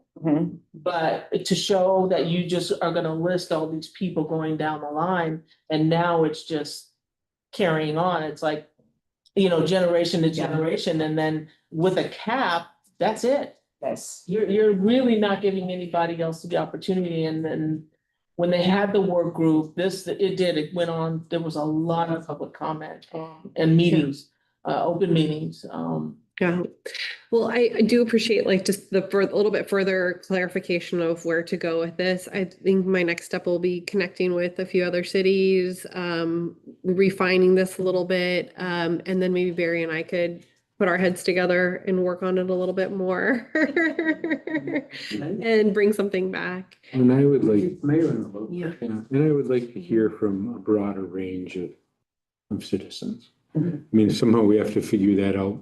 I'm not sure how we do it yet, but when this was heard initially, there were the same group of people, I'm not the same people, but the same vested interest people had the same arguments, and there were many, many citizens that argued we need a cap, and we don't want people to keep it in the generation for forever. We don't want it to pass with the House through some shady legal maneuvering that, the house that just sold that was a rental, and somebody comes in and as part of the purchase agreement, they form some way to keep it going. And sleeping, yeah. Thank you. We're kind of a temporary leash here. Yeah. That happened in my office, sorry. I mean, all of that, let's let Bobby do some work and we'll try to get some together, but I do want to hear from a broader, somehow I want to hear from a broader group of people that are not rental people, so what their sense is about the ability to pass down rental licenses. Is this? It's a little late in the game, but Survey Monkey? It may be. I mean, because people who live there, the residents, some of them have strong opinions about vacation rentals that are next door and keeping them up at night with parties and things. So that there are different points of view here and more people who would be motivated to respond than just the people with a vested interest who showed up today. Mm-hmm. And I'll definitely look at she had mentioned Newport's. Yeah, I'm trying to find Newport code and. They don't have a cap, so that's very different. Very different. Yeah, and our turnaround time has really become pretty reasonable. Not instant, but we're getting. It's headed in the right direction. Yeah, and in the way that it's written, if a person if the people who are on the license pass and there isn't the next person generation already listed on that license, then they could just go back on the waiting list, and it might be 6 months, it might be, a year, but then there would be an interruption in the business flow, but it wouldn't preclude them from being able to get another license. They would be able to get another license eventually if that's what they wanted. Yeah, I don't know. And then one of the people who spoke did bring up a good point. If they're already booked out. Yeah. It's like, yeah.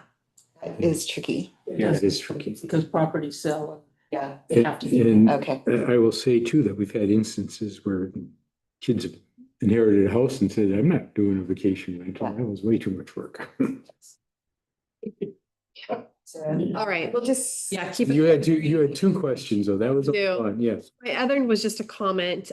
We do have I wanted to share that we have a all staff training set up for November 5th. And so we're going to close City Hall on that day so we can take the staff offsite and do a training. We're going to have a facilitator, and we're going to do spend the day doing that and a little team building exercise or several team building exercises throughout the day. And I think it's going to be a great thing for our team. We also did attend our City Hall staff attended the municipal fundamentals training in Lincoln City through the League of Oregon Cities on Friday too. So just really continuing working through team building and education for all of our staff. Yes. Yep. All staff are gonna go. Yeah. I'm really excited. Run the water. We are. Yeah. Yeah. Hopefully. Yeah. They're not going that far away, are they? Yes, so that's all my comments from staff. And I think Okay. back to the other one that you were talking about before, and a piece that we kind of talked about, if there was not that it would be with that contract, but, you know, if there's ways that we can think of to incentivize people, not just to wanna have the short-term rentals, but somehow the long. Listen, chance, you know, you said, what about if they lose the license and they gotta wait? Well, make it a long-term rental for, until you get a license. All right, it's been a Okay. big meeting, guys. Yeah, it was. I thought it was gonna be a short meeting, but it was wrong. Okay, since no other business, I will adjourn the meeting of October 15th, 2025. Meeting is adjourned. Thank you.